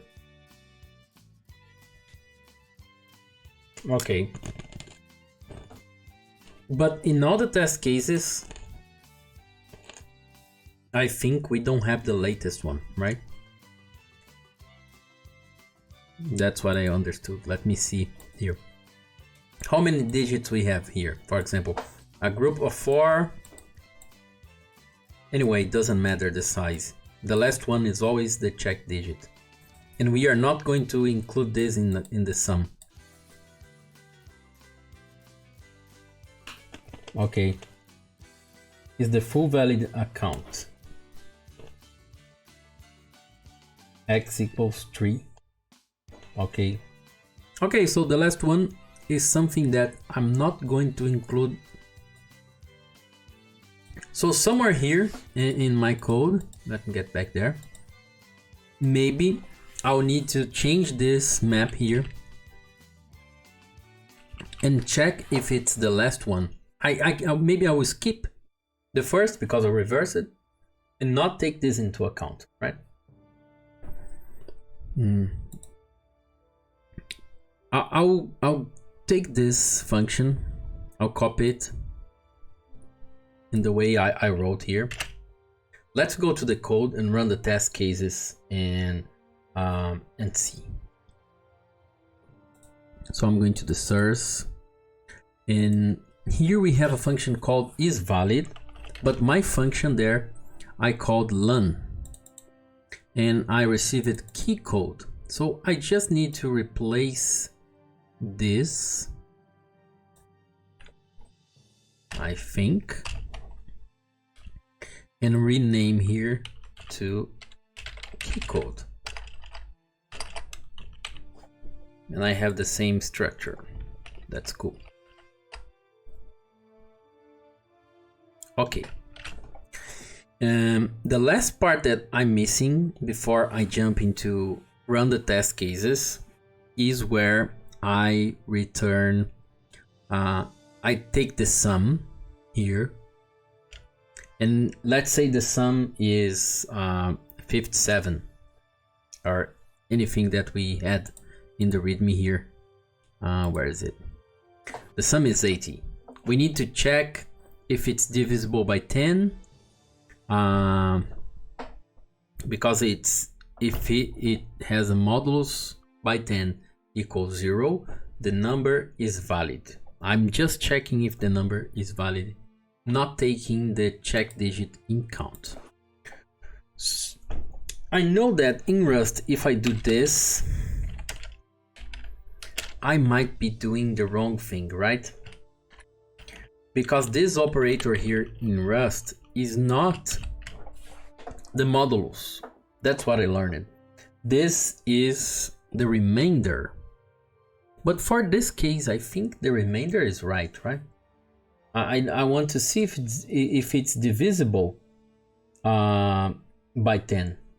So that's okay. Okay, because they are all positive. Wow. If it's negative, that's where I have the problem, right?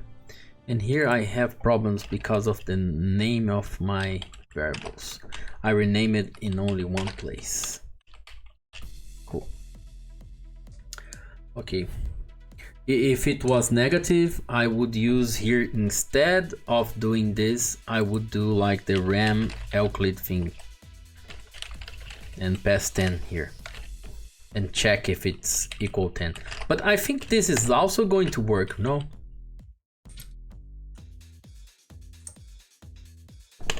And Nathaniel is saying that Python does it wrong, since C, C++, Java, and Rust all compiled languages does in the same way. Okay.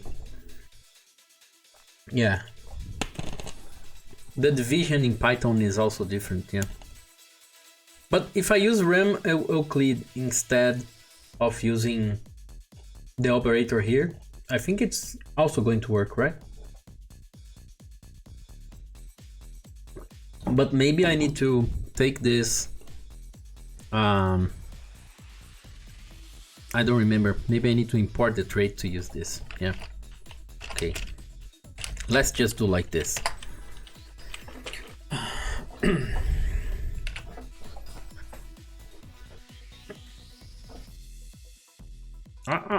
I don't know. I think the change that I need to do is here. If I need to skip the first one for being the check digit, but I'll try to run this code and see what's happening, right? So let's go to the terminal. And now is where we are going to get lots of errors, because I started on the Rust playground. Now doing here, for sure it's going to give me lots of error. Cargo test, I'm not going to include ignored in the first run. I'm going to just run a single test case, just to see if it's going to compile. Well, it's compiling. Cool. So the first test passed. What's the first test? I think it's some very simple test where we are just getting empty spaces or something like this. Okay, so process valid case. If I pass 1, it's going to return false because it's not bigger than 1. The second test is doing the same but with 0. Well, so now I think I need to run including the ignored, and let's see the mess. Oh, whoa. Everything is passing. 19 tests passed, 0 failed. How do I explain that right now? Let's get back to code and understand what's happening here before I remove the comments. So the only difference from this to the code I put in the playground, because I said that I'm going to share the playground, is that here I did this, right?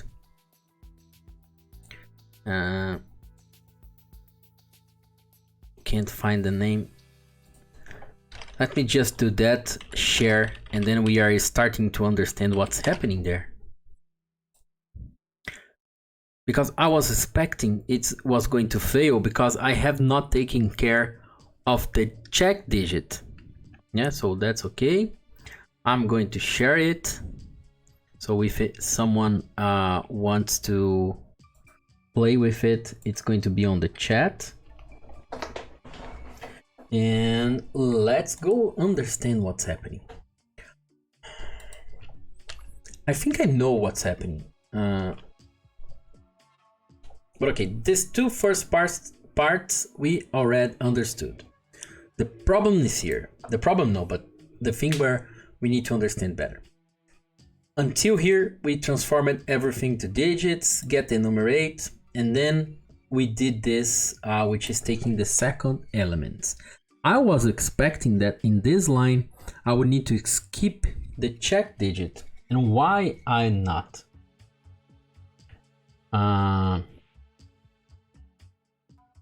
Why I'm not skipping? Well, because it's going to be the 0, right? If I did the reverse, the last one is going to be in the 0 position. But anyway, I'm going to consider this in the sum. And the algorithm that says that I don't have to be including this in my sum. And my sum here is including everything. That's what I don't understand. I'll need to read the README again once to get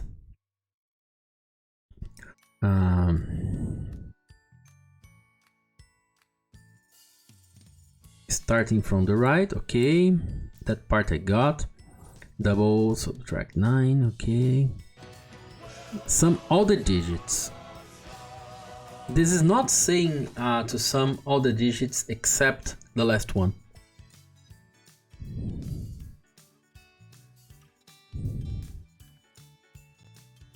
Yeah, I think that's not a rule here. That was a rule for the Wikipedia, but not here.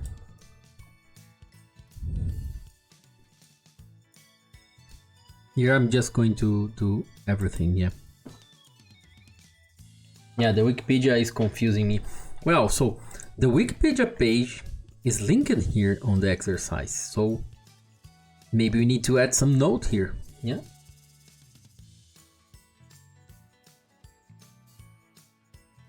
Okay, the digit is used only for generate the key codes, not for validating. Okay, I will forget about it because I understood that the actual exercise is just for validating and doing the sum of the formula without taking the check digit in account. Yeah, but what I like from Wikipedia is this table. If we had this table here, maybe we don't even need the Wikipedia to read. It's going to be easier to understand the algorithm. Yeah. Okay, so everything is passing, and what I'm going to do is as I already shared the Rust Playground, I'm going to remove all the comments from the code.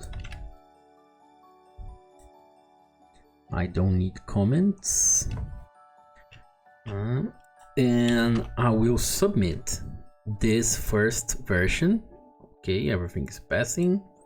I will use clip first, so cargo clippy all targets.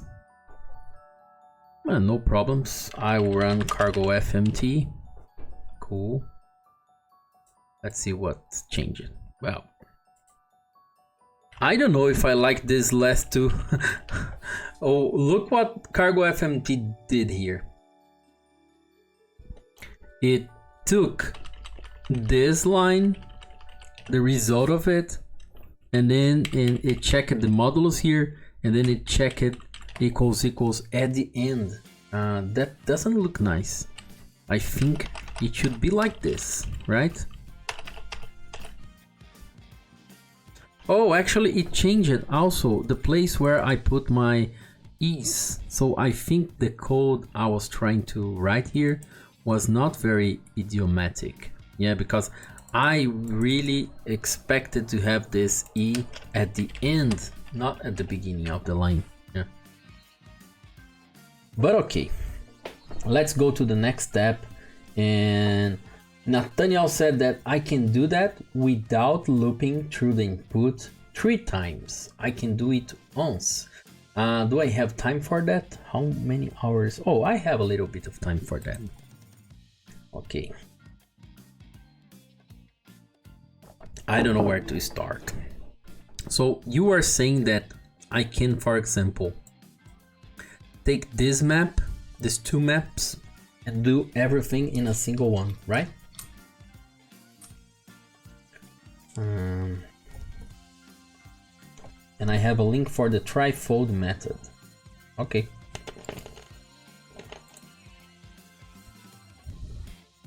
Trifold.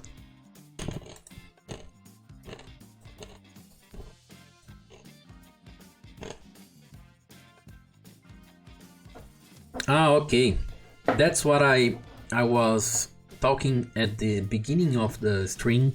I don't know if you had joined it at the time, but I was trying to do something to reuse this calls to key code chars, yeah? Because I do this 3 times. And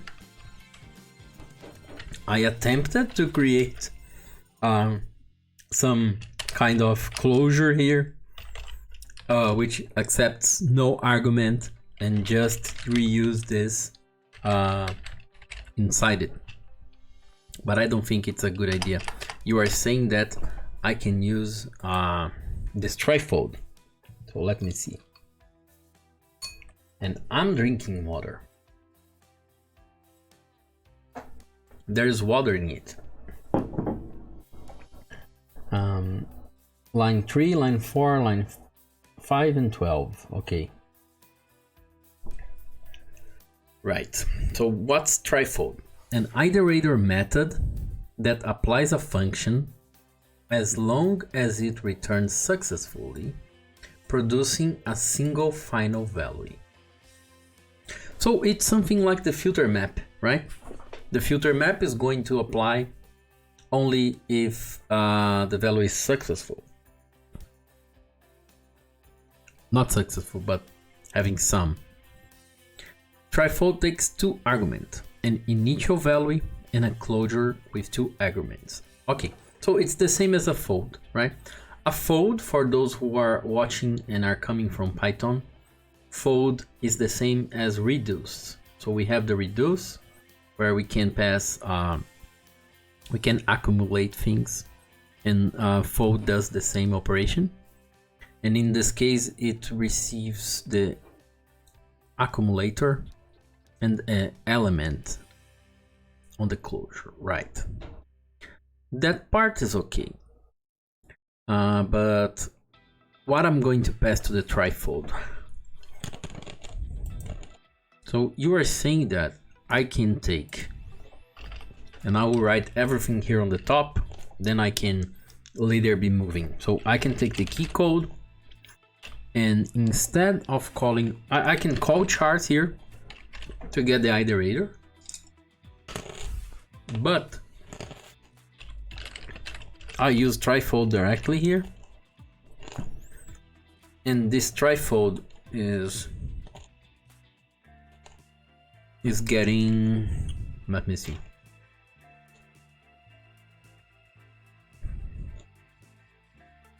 an initial value and a closure with 2 arguments. So okay, the initial value,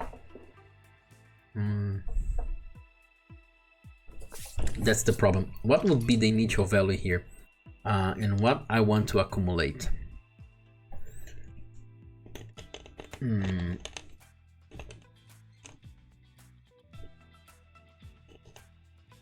Maybe the initial value is 0, then I have a closure with the accumulator and the element.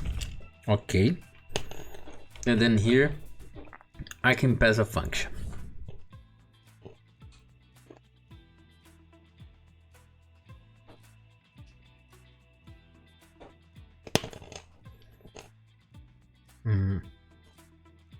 If I return a none or error from trifold, it will short circuit and end.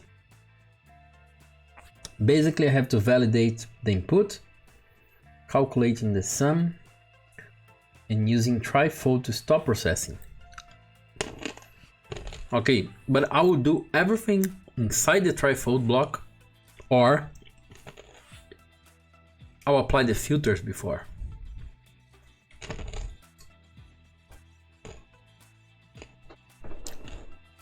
Because in this first, for example, I'm checking if everything is a digit or a white space. That's the things I allow. I can apply a filter here with this.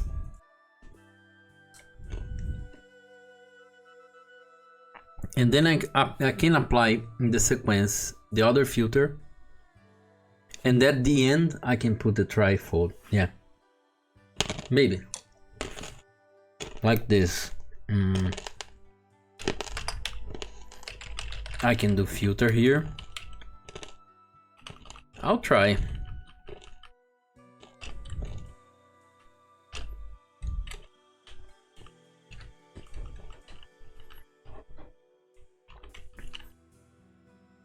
And then instead of checking this with all, in this filter, I'm going to...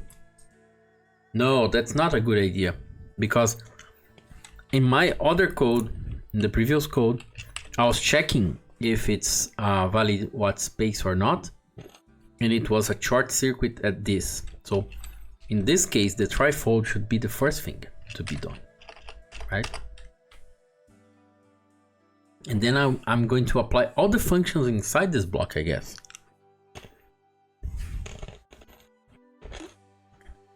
And then as I have the element, I can...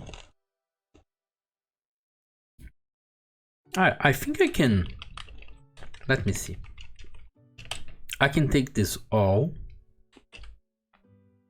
Not this all, because there I have the element, right? So I can take this check and put this check here. So I see C is digit, but in this case it's not C, it's element. But I will rename to C, right? So I have accumulator and C. I'm not sure I'm going to use the accumulator here, but okay, I'll keep it going. C is digit 10, or C is white space. I think my first attempt is to try keeping the same logic. So I'll take this.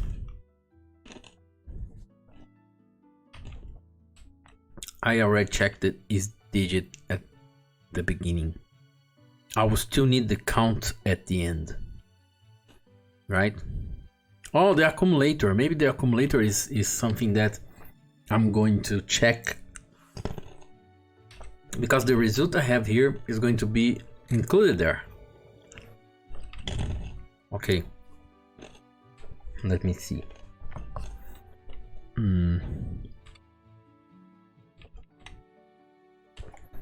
But then the element that I have here, the char, it's not reversed. So to apply these things there, I would need to get it reversed. So maybe I can reverse first before doing the trifold. Then I'm doing from the right to the left.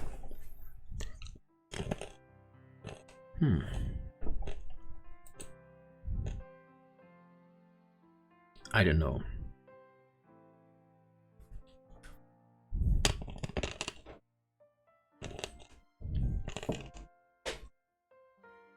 Wrap there is good. Okay. So first I reverse, then I go to the trifold. Let me see. Trifold receives 2 arguments, right? That's the best part of this string, where I learn how to refactor stuff. Takes 2 arguments, an initial value and a closure. The initial value. Okay, initial value. I'm using the wrong initial value there. This initial value here, I'm using an integer, but actually I can use a tuple, right? And this tuple can be getting the index. Got it. Here on the enumerate, I was getting the index and the digit. I can get the initial value here, which is going to be the same type of the accumulator, right? And in this case, this accumulator is going to be this tuple, where I have the index. I can't use the same name. I was calling C there. No, I was calling D. That's cool. I was calling D because it was transformed to a digit before. So right now, I will need to transform to a digit before. Okay, so here I have the index and the digit accumulator. I'll call like this, yeah? Okay, that's cool. So for each run of this trifold, it will put something here, which is like the enumerate.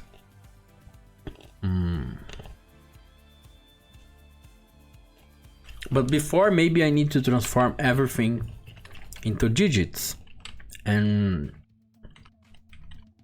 take this map, right?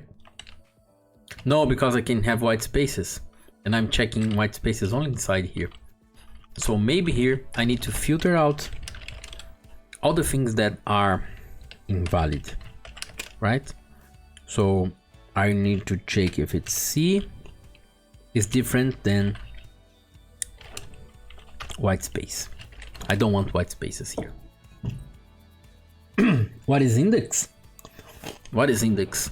Index is the thing that I got from the enumerate, right? The position on the collection. So I need this to calculate if it's the second for me to double or not. I can call I to be the same.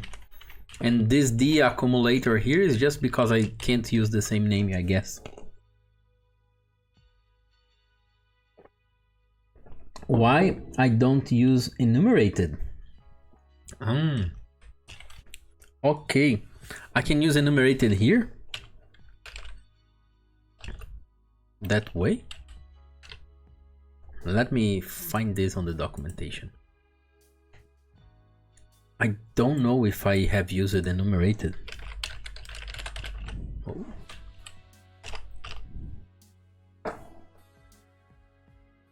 Oh, they're not enumerated. Enumerate. Okay. I read wrongly on the chat and okay, now I got it.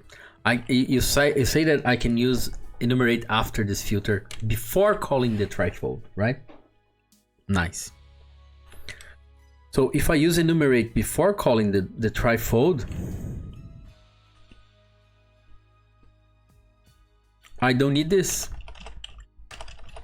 It's going to be like, no, I need, because the trifold still needs an accumulator, right? I need to make sure all the characters are valid, make sure you have enough valid digits, calculate the Luhn value. And everything has to be done within the trifold. Yeah, I already take care of the white spaces before, so I don't need to check the white space inside here, right? But I need to understand the syntax I get here. And I think that's the thing. But if I take enumerate, I don't need the trifold. If I need to call the enumerate inside the trifold, maybe. That's the thing. I was thinking that the enumerate's not needed here. I can just filter out the white spaces and then get the trifold like this, and accumulate things, and then inside this block I'll get the D. And the thing that I did before here is transforming it to digit, you see? So this is the first thing I'm going to do here. I'm going to transform it to digit, because here it is still a chart, so I will call it C. Cool. Now I'm going to transform C to digit, and after I have digit 10.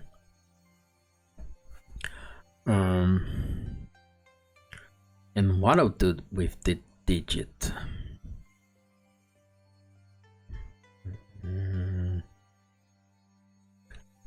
Let me see. Okay, here I get, oh, I think now I get it. I get it now.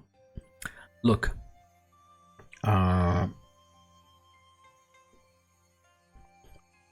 Here I get the element. I get the accumulator, which is going to be increased in the next iteration, and it's going to start at 0. And then I transformed C to digit.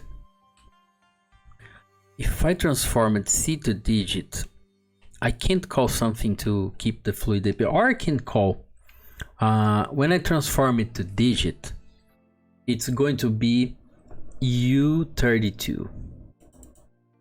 If I go to the documentation for U32, what I have of methods here: leading zeros, overflow, pull, rem. No,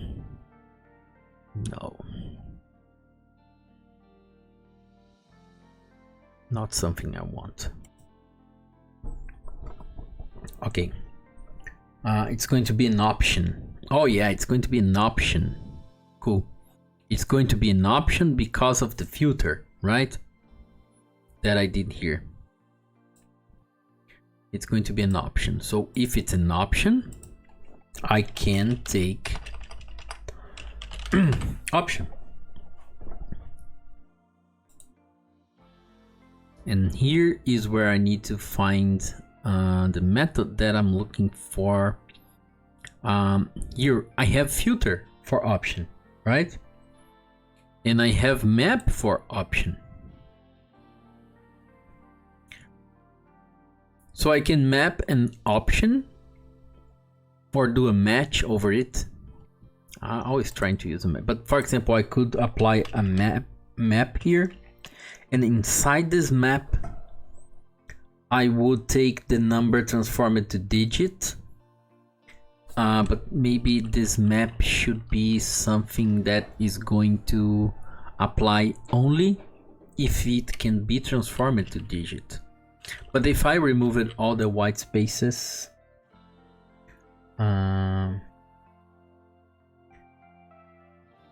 I can map, but it might be clearer if I just use the try operator. Okay.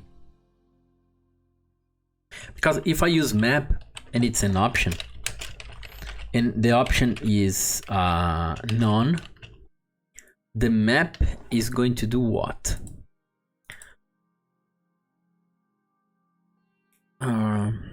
Let me get it. Sum. Okay, map slan.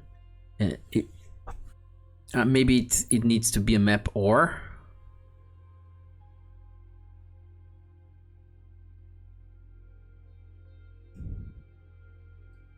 But I got what you were saying.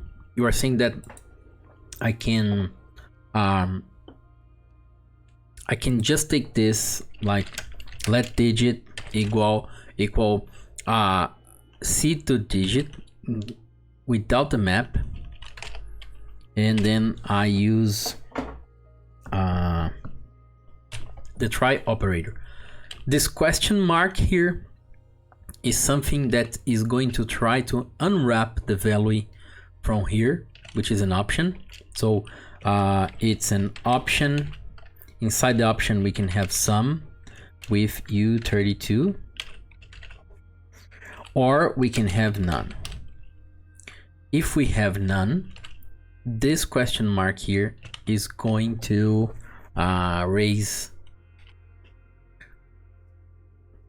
And if we have sum, it's going to be okay, and we have the value attributed to D. So now I have the digit transformed, which I was doing this filter map here. But I'm already inside the trifold. That's the thing I was missing. Nice. It's trifold. So if it raises here, that's really interesting, because if this question mark raises for none here, the trifold is going to skip for the next one, right? It's going to break as a short circuit and just return false. And if it can goes on, it's going to be true. If it can fold until the end, it's true. If it has problems while folding, it's going to return false. Interesting. So I'll just put all the logic I had before inside this block and we are done. And hopefully we can finish in the next 10 minutes, right? Okay. And Grader Toaster, thanks for following. So nice, I have the digit transformed. Now I'm going to copy all this logic from here to there. I was doing this map here, so now what I'll do,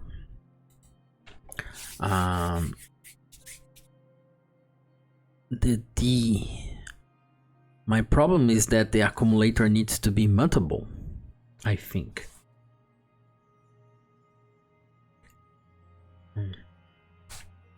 Let me see.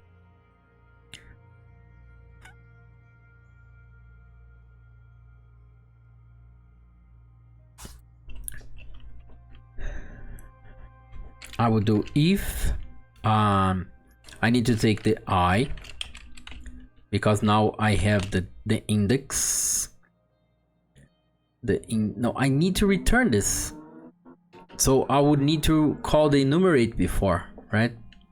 That's my problem.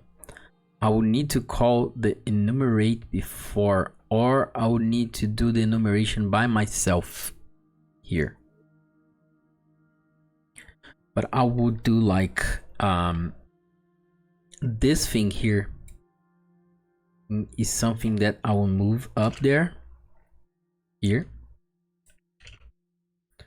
But this D, yeah, it's the same, right? Because D is the thing that I transformed,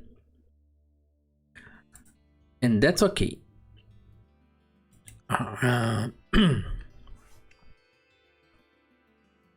But I don't want to return here. I just want to, let me see. I want to change this. So this D needs to be mutable. Okay, it's mutable D, where I'm going to receive the C2 digit.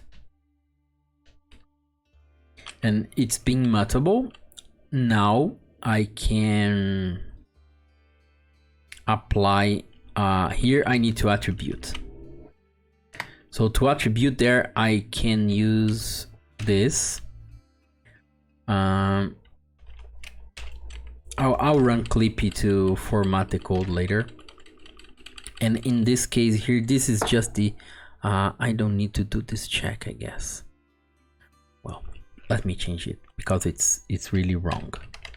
What I want to do is if y is the second one, already reversed,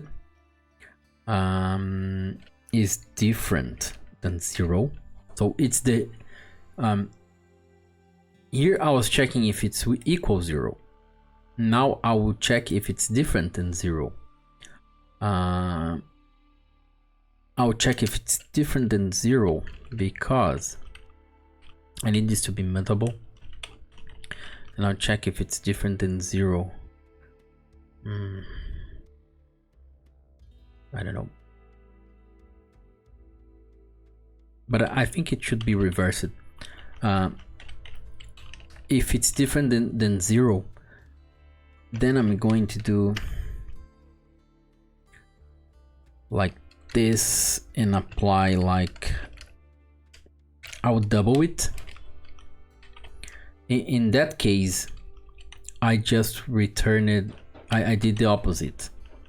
Anyway, I can do anything, it doesn't matter, but I have chosen to do like this. But anyway, I'm going to double if it's different than 0 because it's the second one. And the second one needs to be double. And the next step is if this double, now I got it, if this double is larger than 9, then I will do like this. And that's fine because I can do that in a single operation, right? I can do a subtraction attribution here. And until here, I'm okay. I just don't know what to do with the accumulator.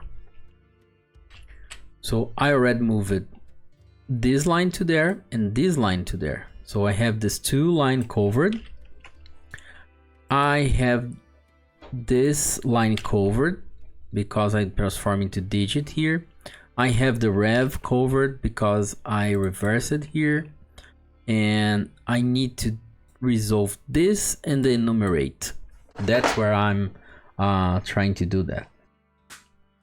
I need to return a sum value for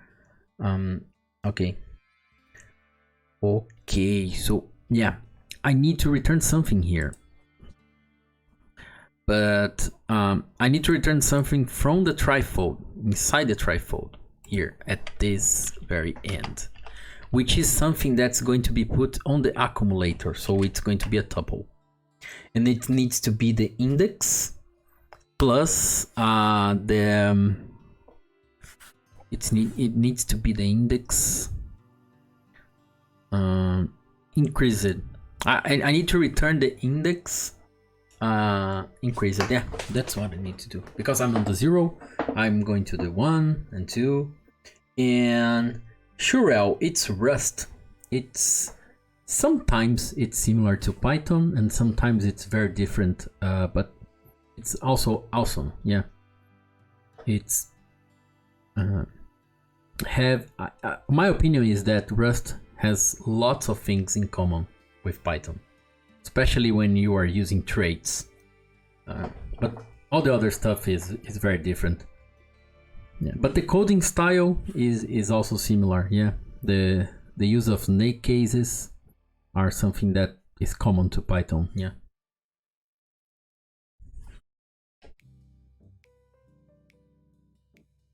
Okay.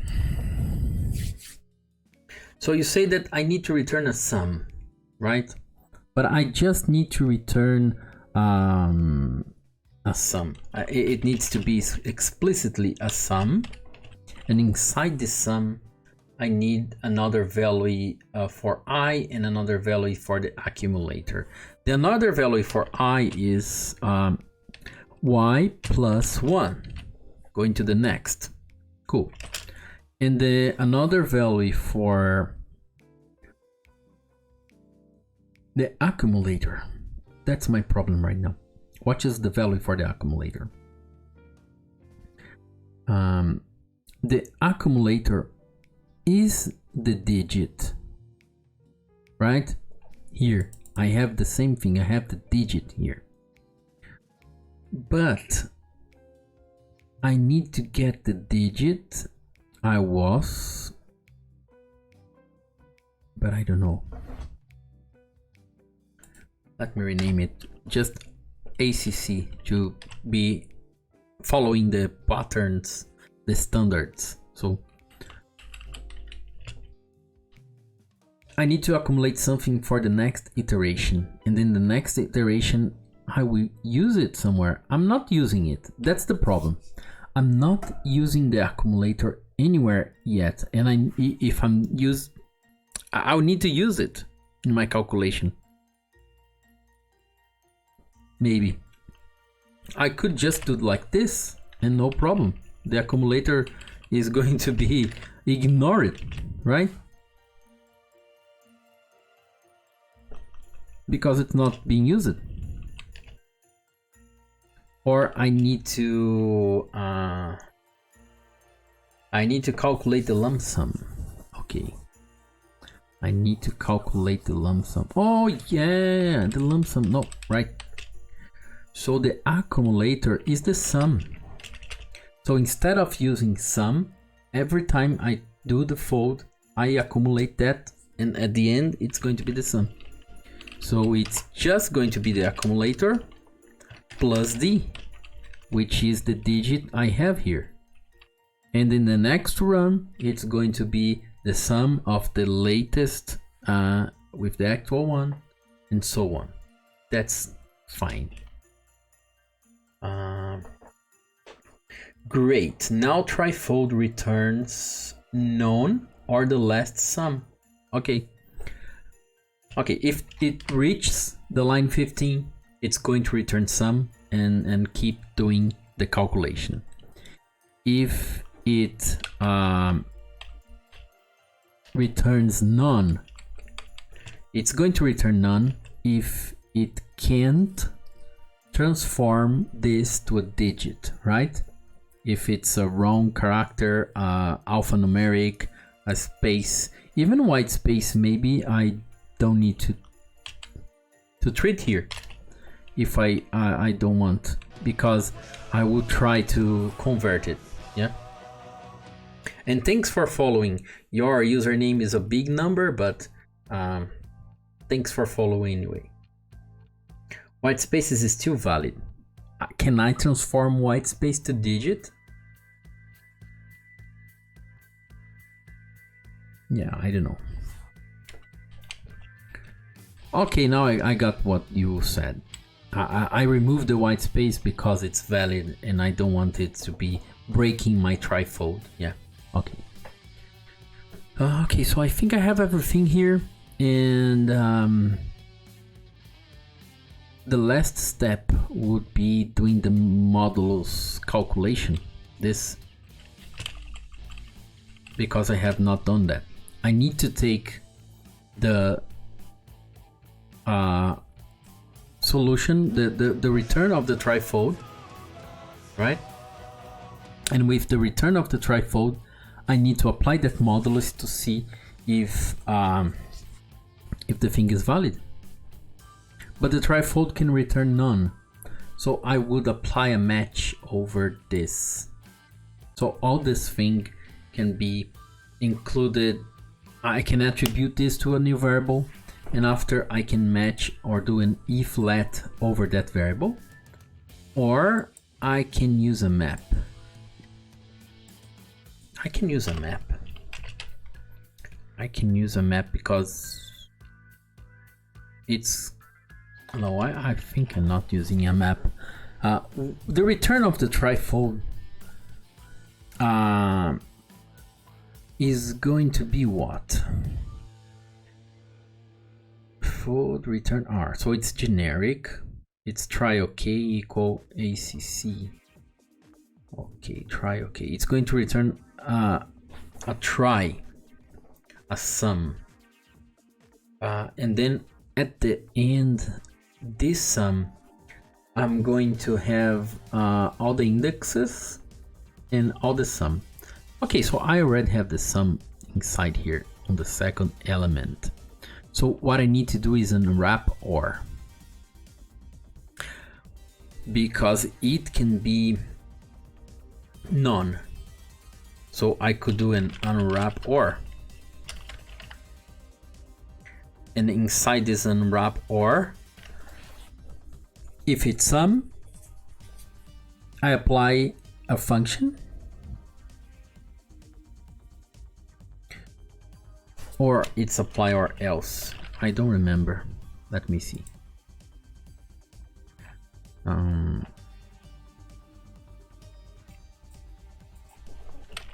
Unwrap OR. I have unwrap OR, which returns the contained valid or a default. That's not, oh, the default can be a false, yeah. And that's going to work. I can do an unwrap OR. The default is going to be a false, and then I just return the false from the trifold. Or I will unwrap and get, oh, but that's not working, because I need to apply the modulus function. I need to apply something there. So I think I need a map. I need a map OR. Yeah, I need a map OR. That's what I was, because on the map OR I can pass a function to be applied. Okay, so I would do a map OR, and inside this map OR, let me remember, I think the map OR is applies a function to the contained value, if any, or returns the provided default. So the default self is the value that I'm applying it. Default is the first argument and the function is the second.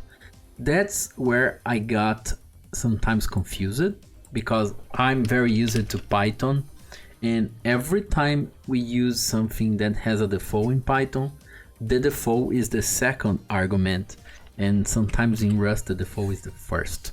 But in this case, false is going to be the default, and second is going to be our modulus function.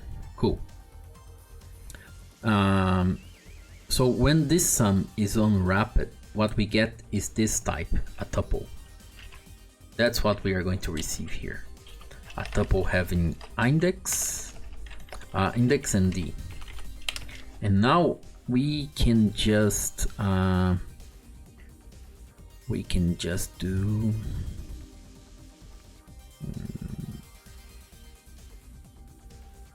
I think I'm not going to use the index here.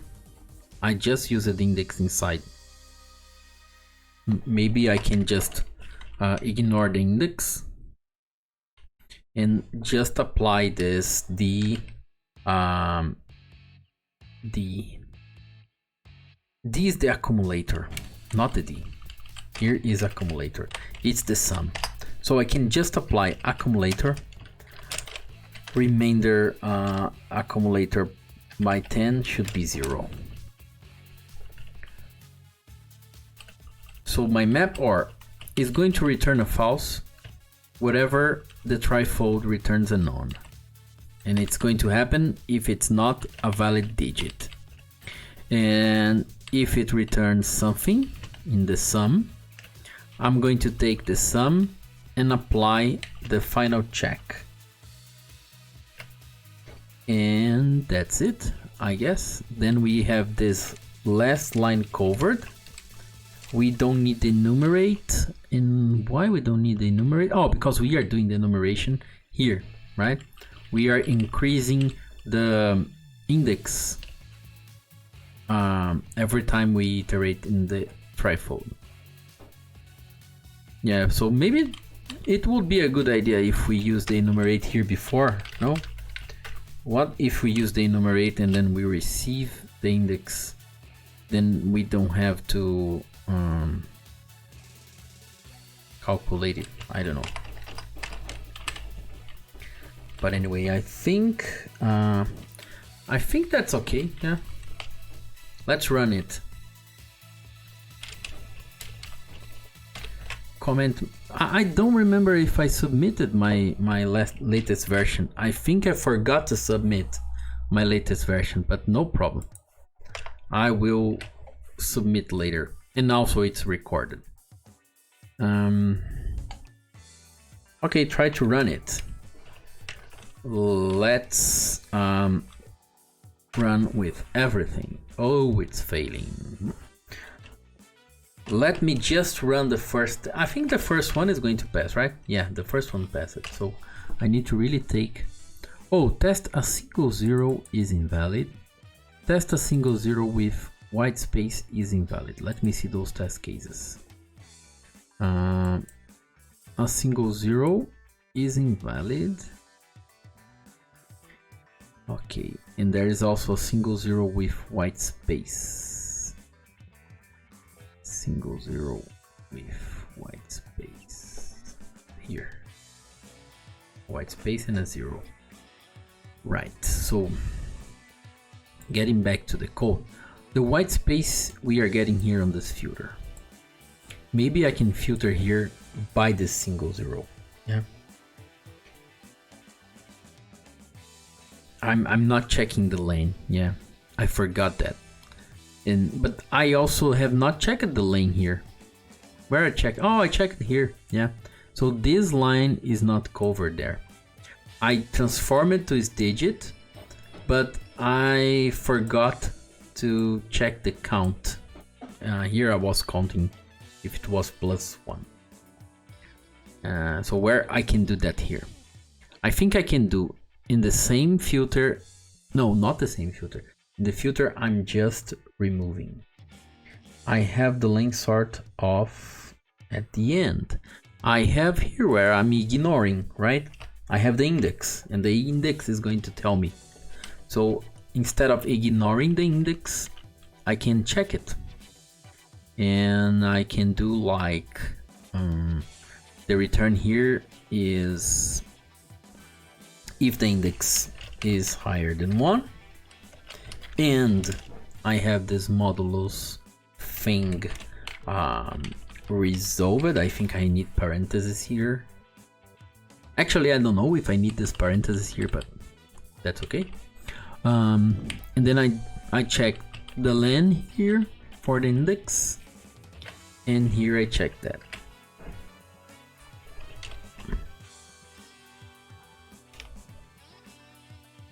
And that's it. It's passing. I don't need the parentheses here, right? I was thinking I would need it.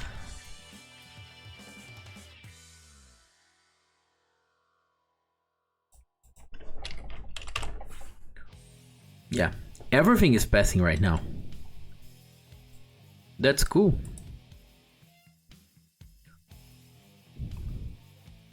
I wanted to submit before doing this. There's something else we can improve here. You said about the enumerate, but well, let me do something. I'll remove this code, right? I'll try to uncomment this in a single shot. Make everything passing again with the old code, right? And then I will submit. Because I like to have the history there. Okay, so it's submitted. And then I will replace this code with the new one. Save. I forgot to use the linter, right? Let me pass the cargo FMT. No, it's okay. Looks like no change has been done. Yeah. And then I will submit again. Second iteration. And thanks for following, Oliveira. Cool. So I have two solutions, two iterations there. I'll copy it. Oh, I need to press Ctrl to be able to copy it. Sudo William, hey, what's up? Thanks for following.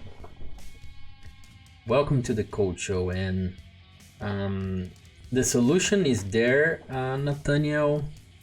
And now I think that maybe the only thing that I still can, let me see my uptime here. I'm trying to be more or less 3 hours, but yeah, I'm okay. The last thing that maybe, I don't know if it's a good idea, is that I'm doing the enumerate here by my own, doing this increasing the index. But I'm thinking if there is some reason to call enumerate here before the trifold, maybe. Because if I do that, what I'm going to receive here, instead of a char, is going to be the actual tuple. And my accumulator can be only the sum, right? And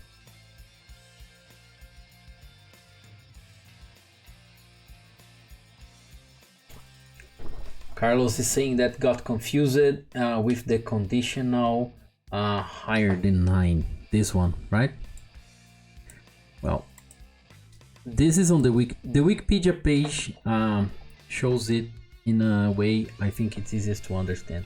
So we take the seconds, so for example this 9, and we are going to double it. So 9 plus 9 is 18. And the algorithm says that if it's higher than 9, so the number 9 is hard-coded in the algorithm, right? So here it say if it's greater than 9, we need to subtract 9 from it. For example, in this case here, 8, when we double it, we get 16. And 16 minus 9 is 7. This is the line where we are going to be summing at the end. So the number 9 is a magic number, right? Is something that came from the algorithm itself. So that's why we check if it's higher than 9. And Sudo William, what's up, Bruno? Didn't know you were on Twitch. Interested in learning Rust? Let's see how your journey goes. Yeah, thanks for joining. And yeah, I'm on Twitch. I think I'm going to be here. I don't know when I started. I think I started on Twitch on February. Yeah, February 26. That's when I started. I have some videos here yet, and we did Rust exercises for the last 4 weeks, I guess. So if you came here to my past broadcasts, you are going to see some of the Rust experiments here. All the ones that started with EN is the ones I do in English, and starting with PT is the ones I do in Portuguese. I do in Portuguese, I'm doing Python on Thursday, and Rust in English on Tuesday. Right now I'm doing exercises from exercism.io website. But once I finish those first track of exercises, I will start some real project, as I'm doing on Tuesday. Yeah. On Tuesday, we are doing a website. We are creating a complete service using Python and Flask. Not Flask, we are using Fast API, a new Python framework. And we have the service, we have the Docker Composer thing, we have the API, and this next Thursday we are going to implement the UI. We are going to use JavaScript and I think Vue.js or Flutter or something like this. People are going to help me decide. and we are going to implement the front end of this project using mostly Python, but also other things are welcome for us to explore. And today we are doing this exercise, which is just called Luhn, and Luhn is algorithm to calculate checksums. So that's what we are doing, and we are doing this every Tuesday. So welcome, and I have more exercises to be doing. I think now I'm going to have 4, so we have more 4 weeks, right? After this Luhn, I have parallel ladder frequency, and I see it's using multi-threading, so interesting. I need to be exploring more about multi-threading on Rust. I have used the thread crate, which is internal crate on Rust. You can spawn some threads, but let's see if I can do that without studying before. I don't know. Macros. I already implemented macros here on the space age exercise. We can do that again. Poker. Yeah, so I don't know a lot about poker game. My wife, which is on the chat, she's the one who knows some of the poker rules. Yeah, so maybe she's going to help me in this exercise, because I don't know the rules of the game. I'm not a gamer, so I will need help for this one. And the last one is going to be fourth. Implement an evaluator for every simple subset of fourth. Yeah. So this, when I finish this, we jump to a real project, and then we can choose together something using WebAssembly. There's lots of interesting things running on WebAssembly right now. There's a framework called U. Yeah, I want to be exploring this soon. Yeah, so U is a WebAssembly framework to develop desktop applications like the Electron we have for JavaScript. We have this U when you can build desktop applications and also web pages using Rust and I think a little bit of JavaScript. Not sure yet, but we can do full web applications in Rust. I think we can use only Rust without the need to go to the front end, because we can use the macros like this HTML one, and we can create HTML components inside the Rust code. That's what I'm expecting to see. Yeah, that's it. We can call the macro HTML, and then we put the HTML code inside the Rust code, and then it's going to be compiling to the WebAssembly, and then we run it, and just browser is going to be the runtime for that. So that's something I want to use and do a real project here. So only in 1 month from now. So we have 4 weeks of exercises yet. So getting back here, let me see, Nathaniel, you are still there? Do you think it's nice to put enumerate here maybe? And instead of getting here C, get, for example, the enumerated stuff, and then the accumulator is going to be the sum, for example. Then I need to change obviously everything here, but the accumulator is going to start on 0, maybe, and then it's going to be the sum. How do I get the length of the input? If I do this way, how do I get the length? Okay, the length of the input. Oh, because every time I use enumerate, I will be just getting the place I am on the iteration. I'm not get the total, right? Cool. You're right. I would need to go, and before this map, I would need to count it. Right? Maybe. Yeah, okay. Got it. Not a good idea. I think. So let's keep this like this. We have enumerate being done by ourselves inside the trifold. Yeah, today I learned this. I learned trifold. I have used all this other stuff before. I have used chars, reverse, filters, and all of this I have used on the exercises here, but trifold is the first, I think it's the first time I see this.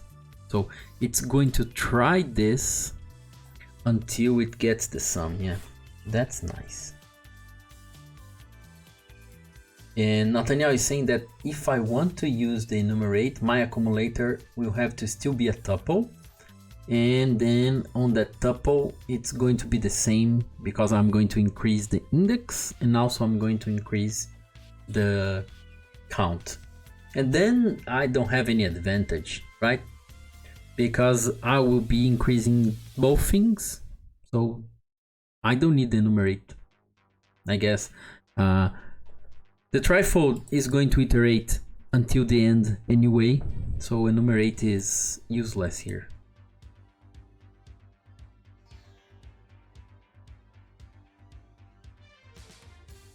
Do you think it's a good idea? There is some advantage on it. I will be making the code better. I will be saving resources, or it's just nothing worthless to do, maybe. Yeah. Okay, I think I like the way it is. I like the latest version also, but yeah, we were doing chars 3 times and now we are doing chars only once, so we are having our iterator allocated once, right? And then applying things on it in a single shot. I really like it.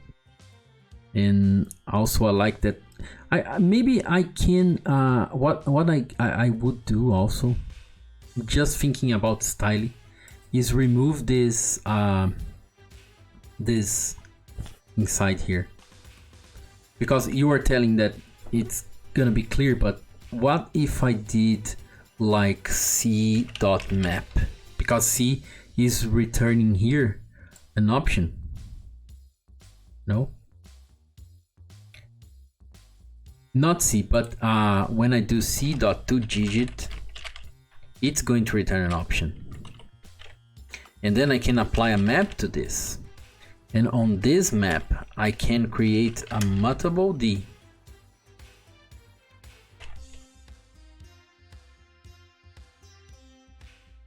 And then I don't need this, right? And then all this code I have here, let me see. Yeah, I transform this to digit and I take everything I have here,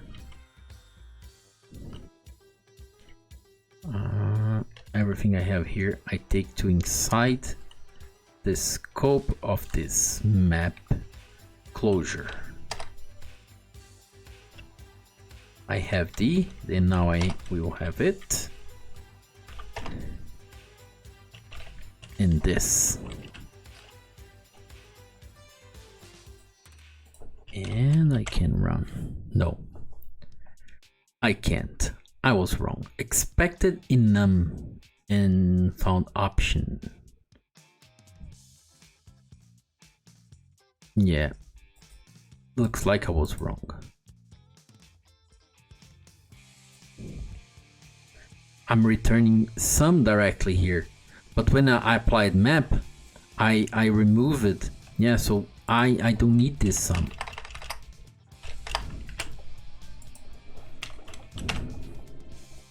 That's it. I was applying, when I apply map, I'm already unwrapping it. I don't need to and now I have third option. Yeah, but I still don't know which is the best option, but I will submit this anyway, right? So I have 3 options, which is also passing. Let me open this on the exorcism website, and then we can, before I stop the stream, we can compare this and then just go. And I will open your link also.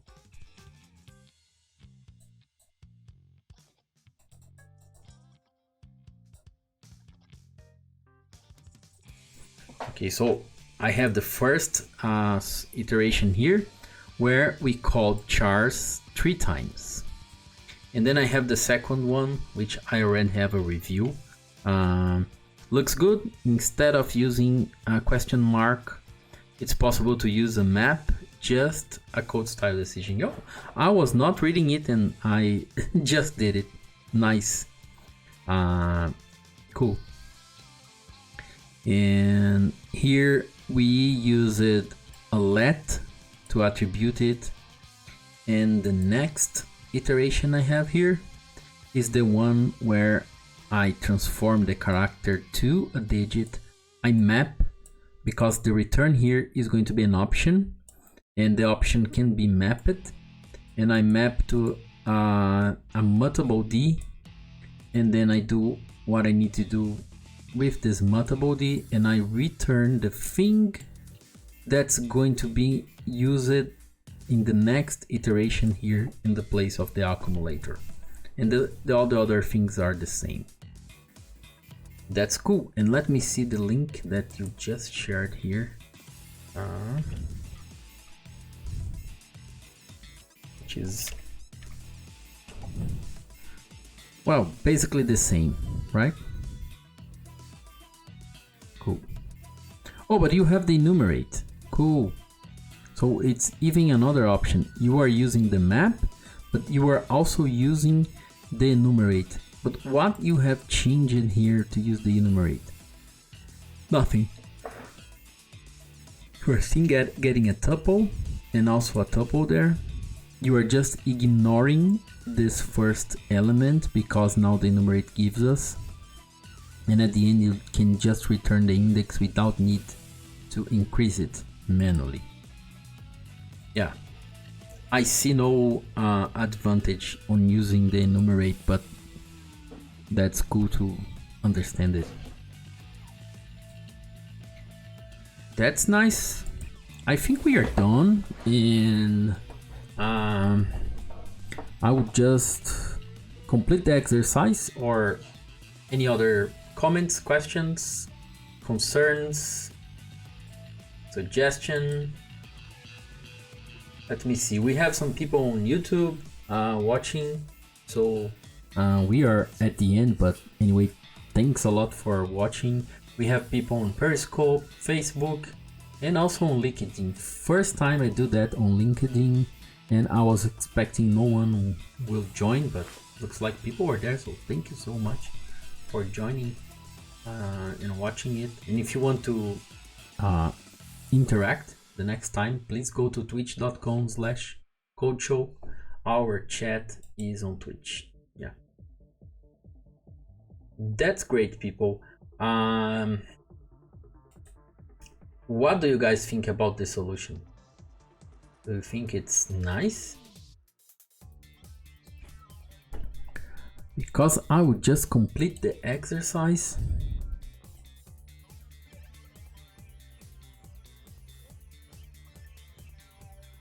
And publish my solution. Thanks again. Great hints, and I learned a lot. And next one is going to be the parallel frequency. Maybe I'll need to do some research before the next one, because the next one is we are using threads, multi-threading, and there is something interesting that I saw on Nico Matsak's talk, which is you need to be this tall to use multi-threads and multi-processing. So I don't know if I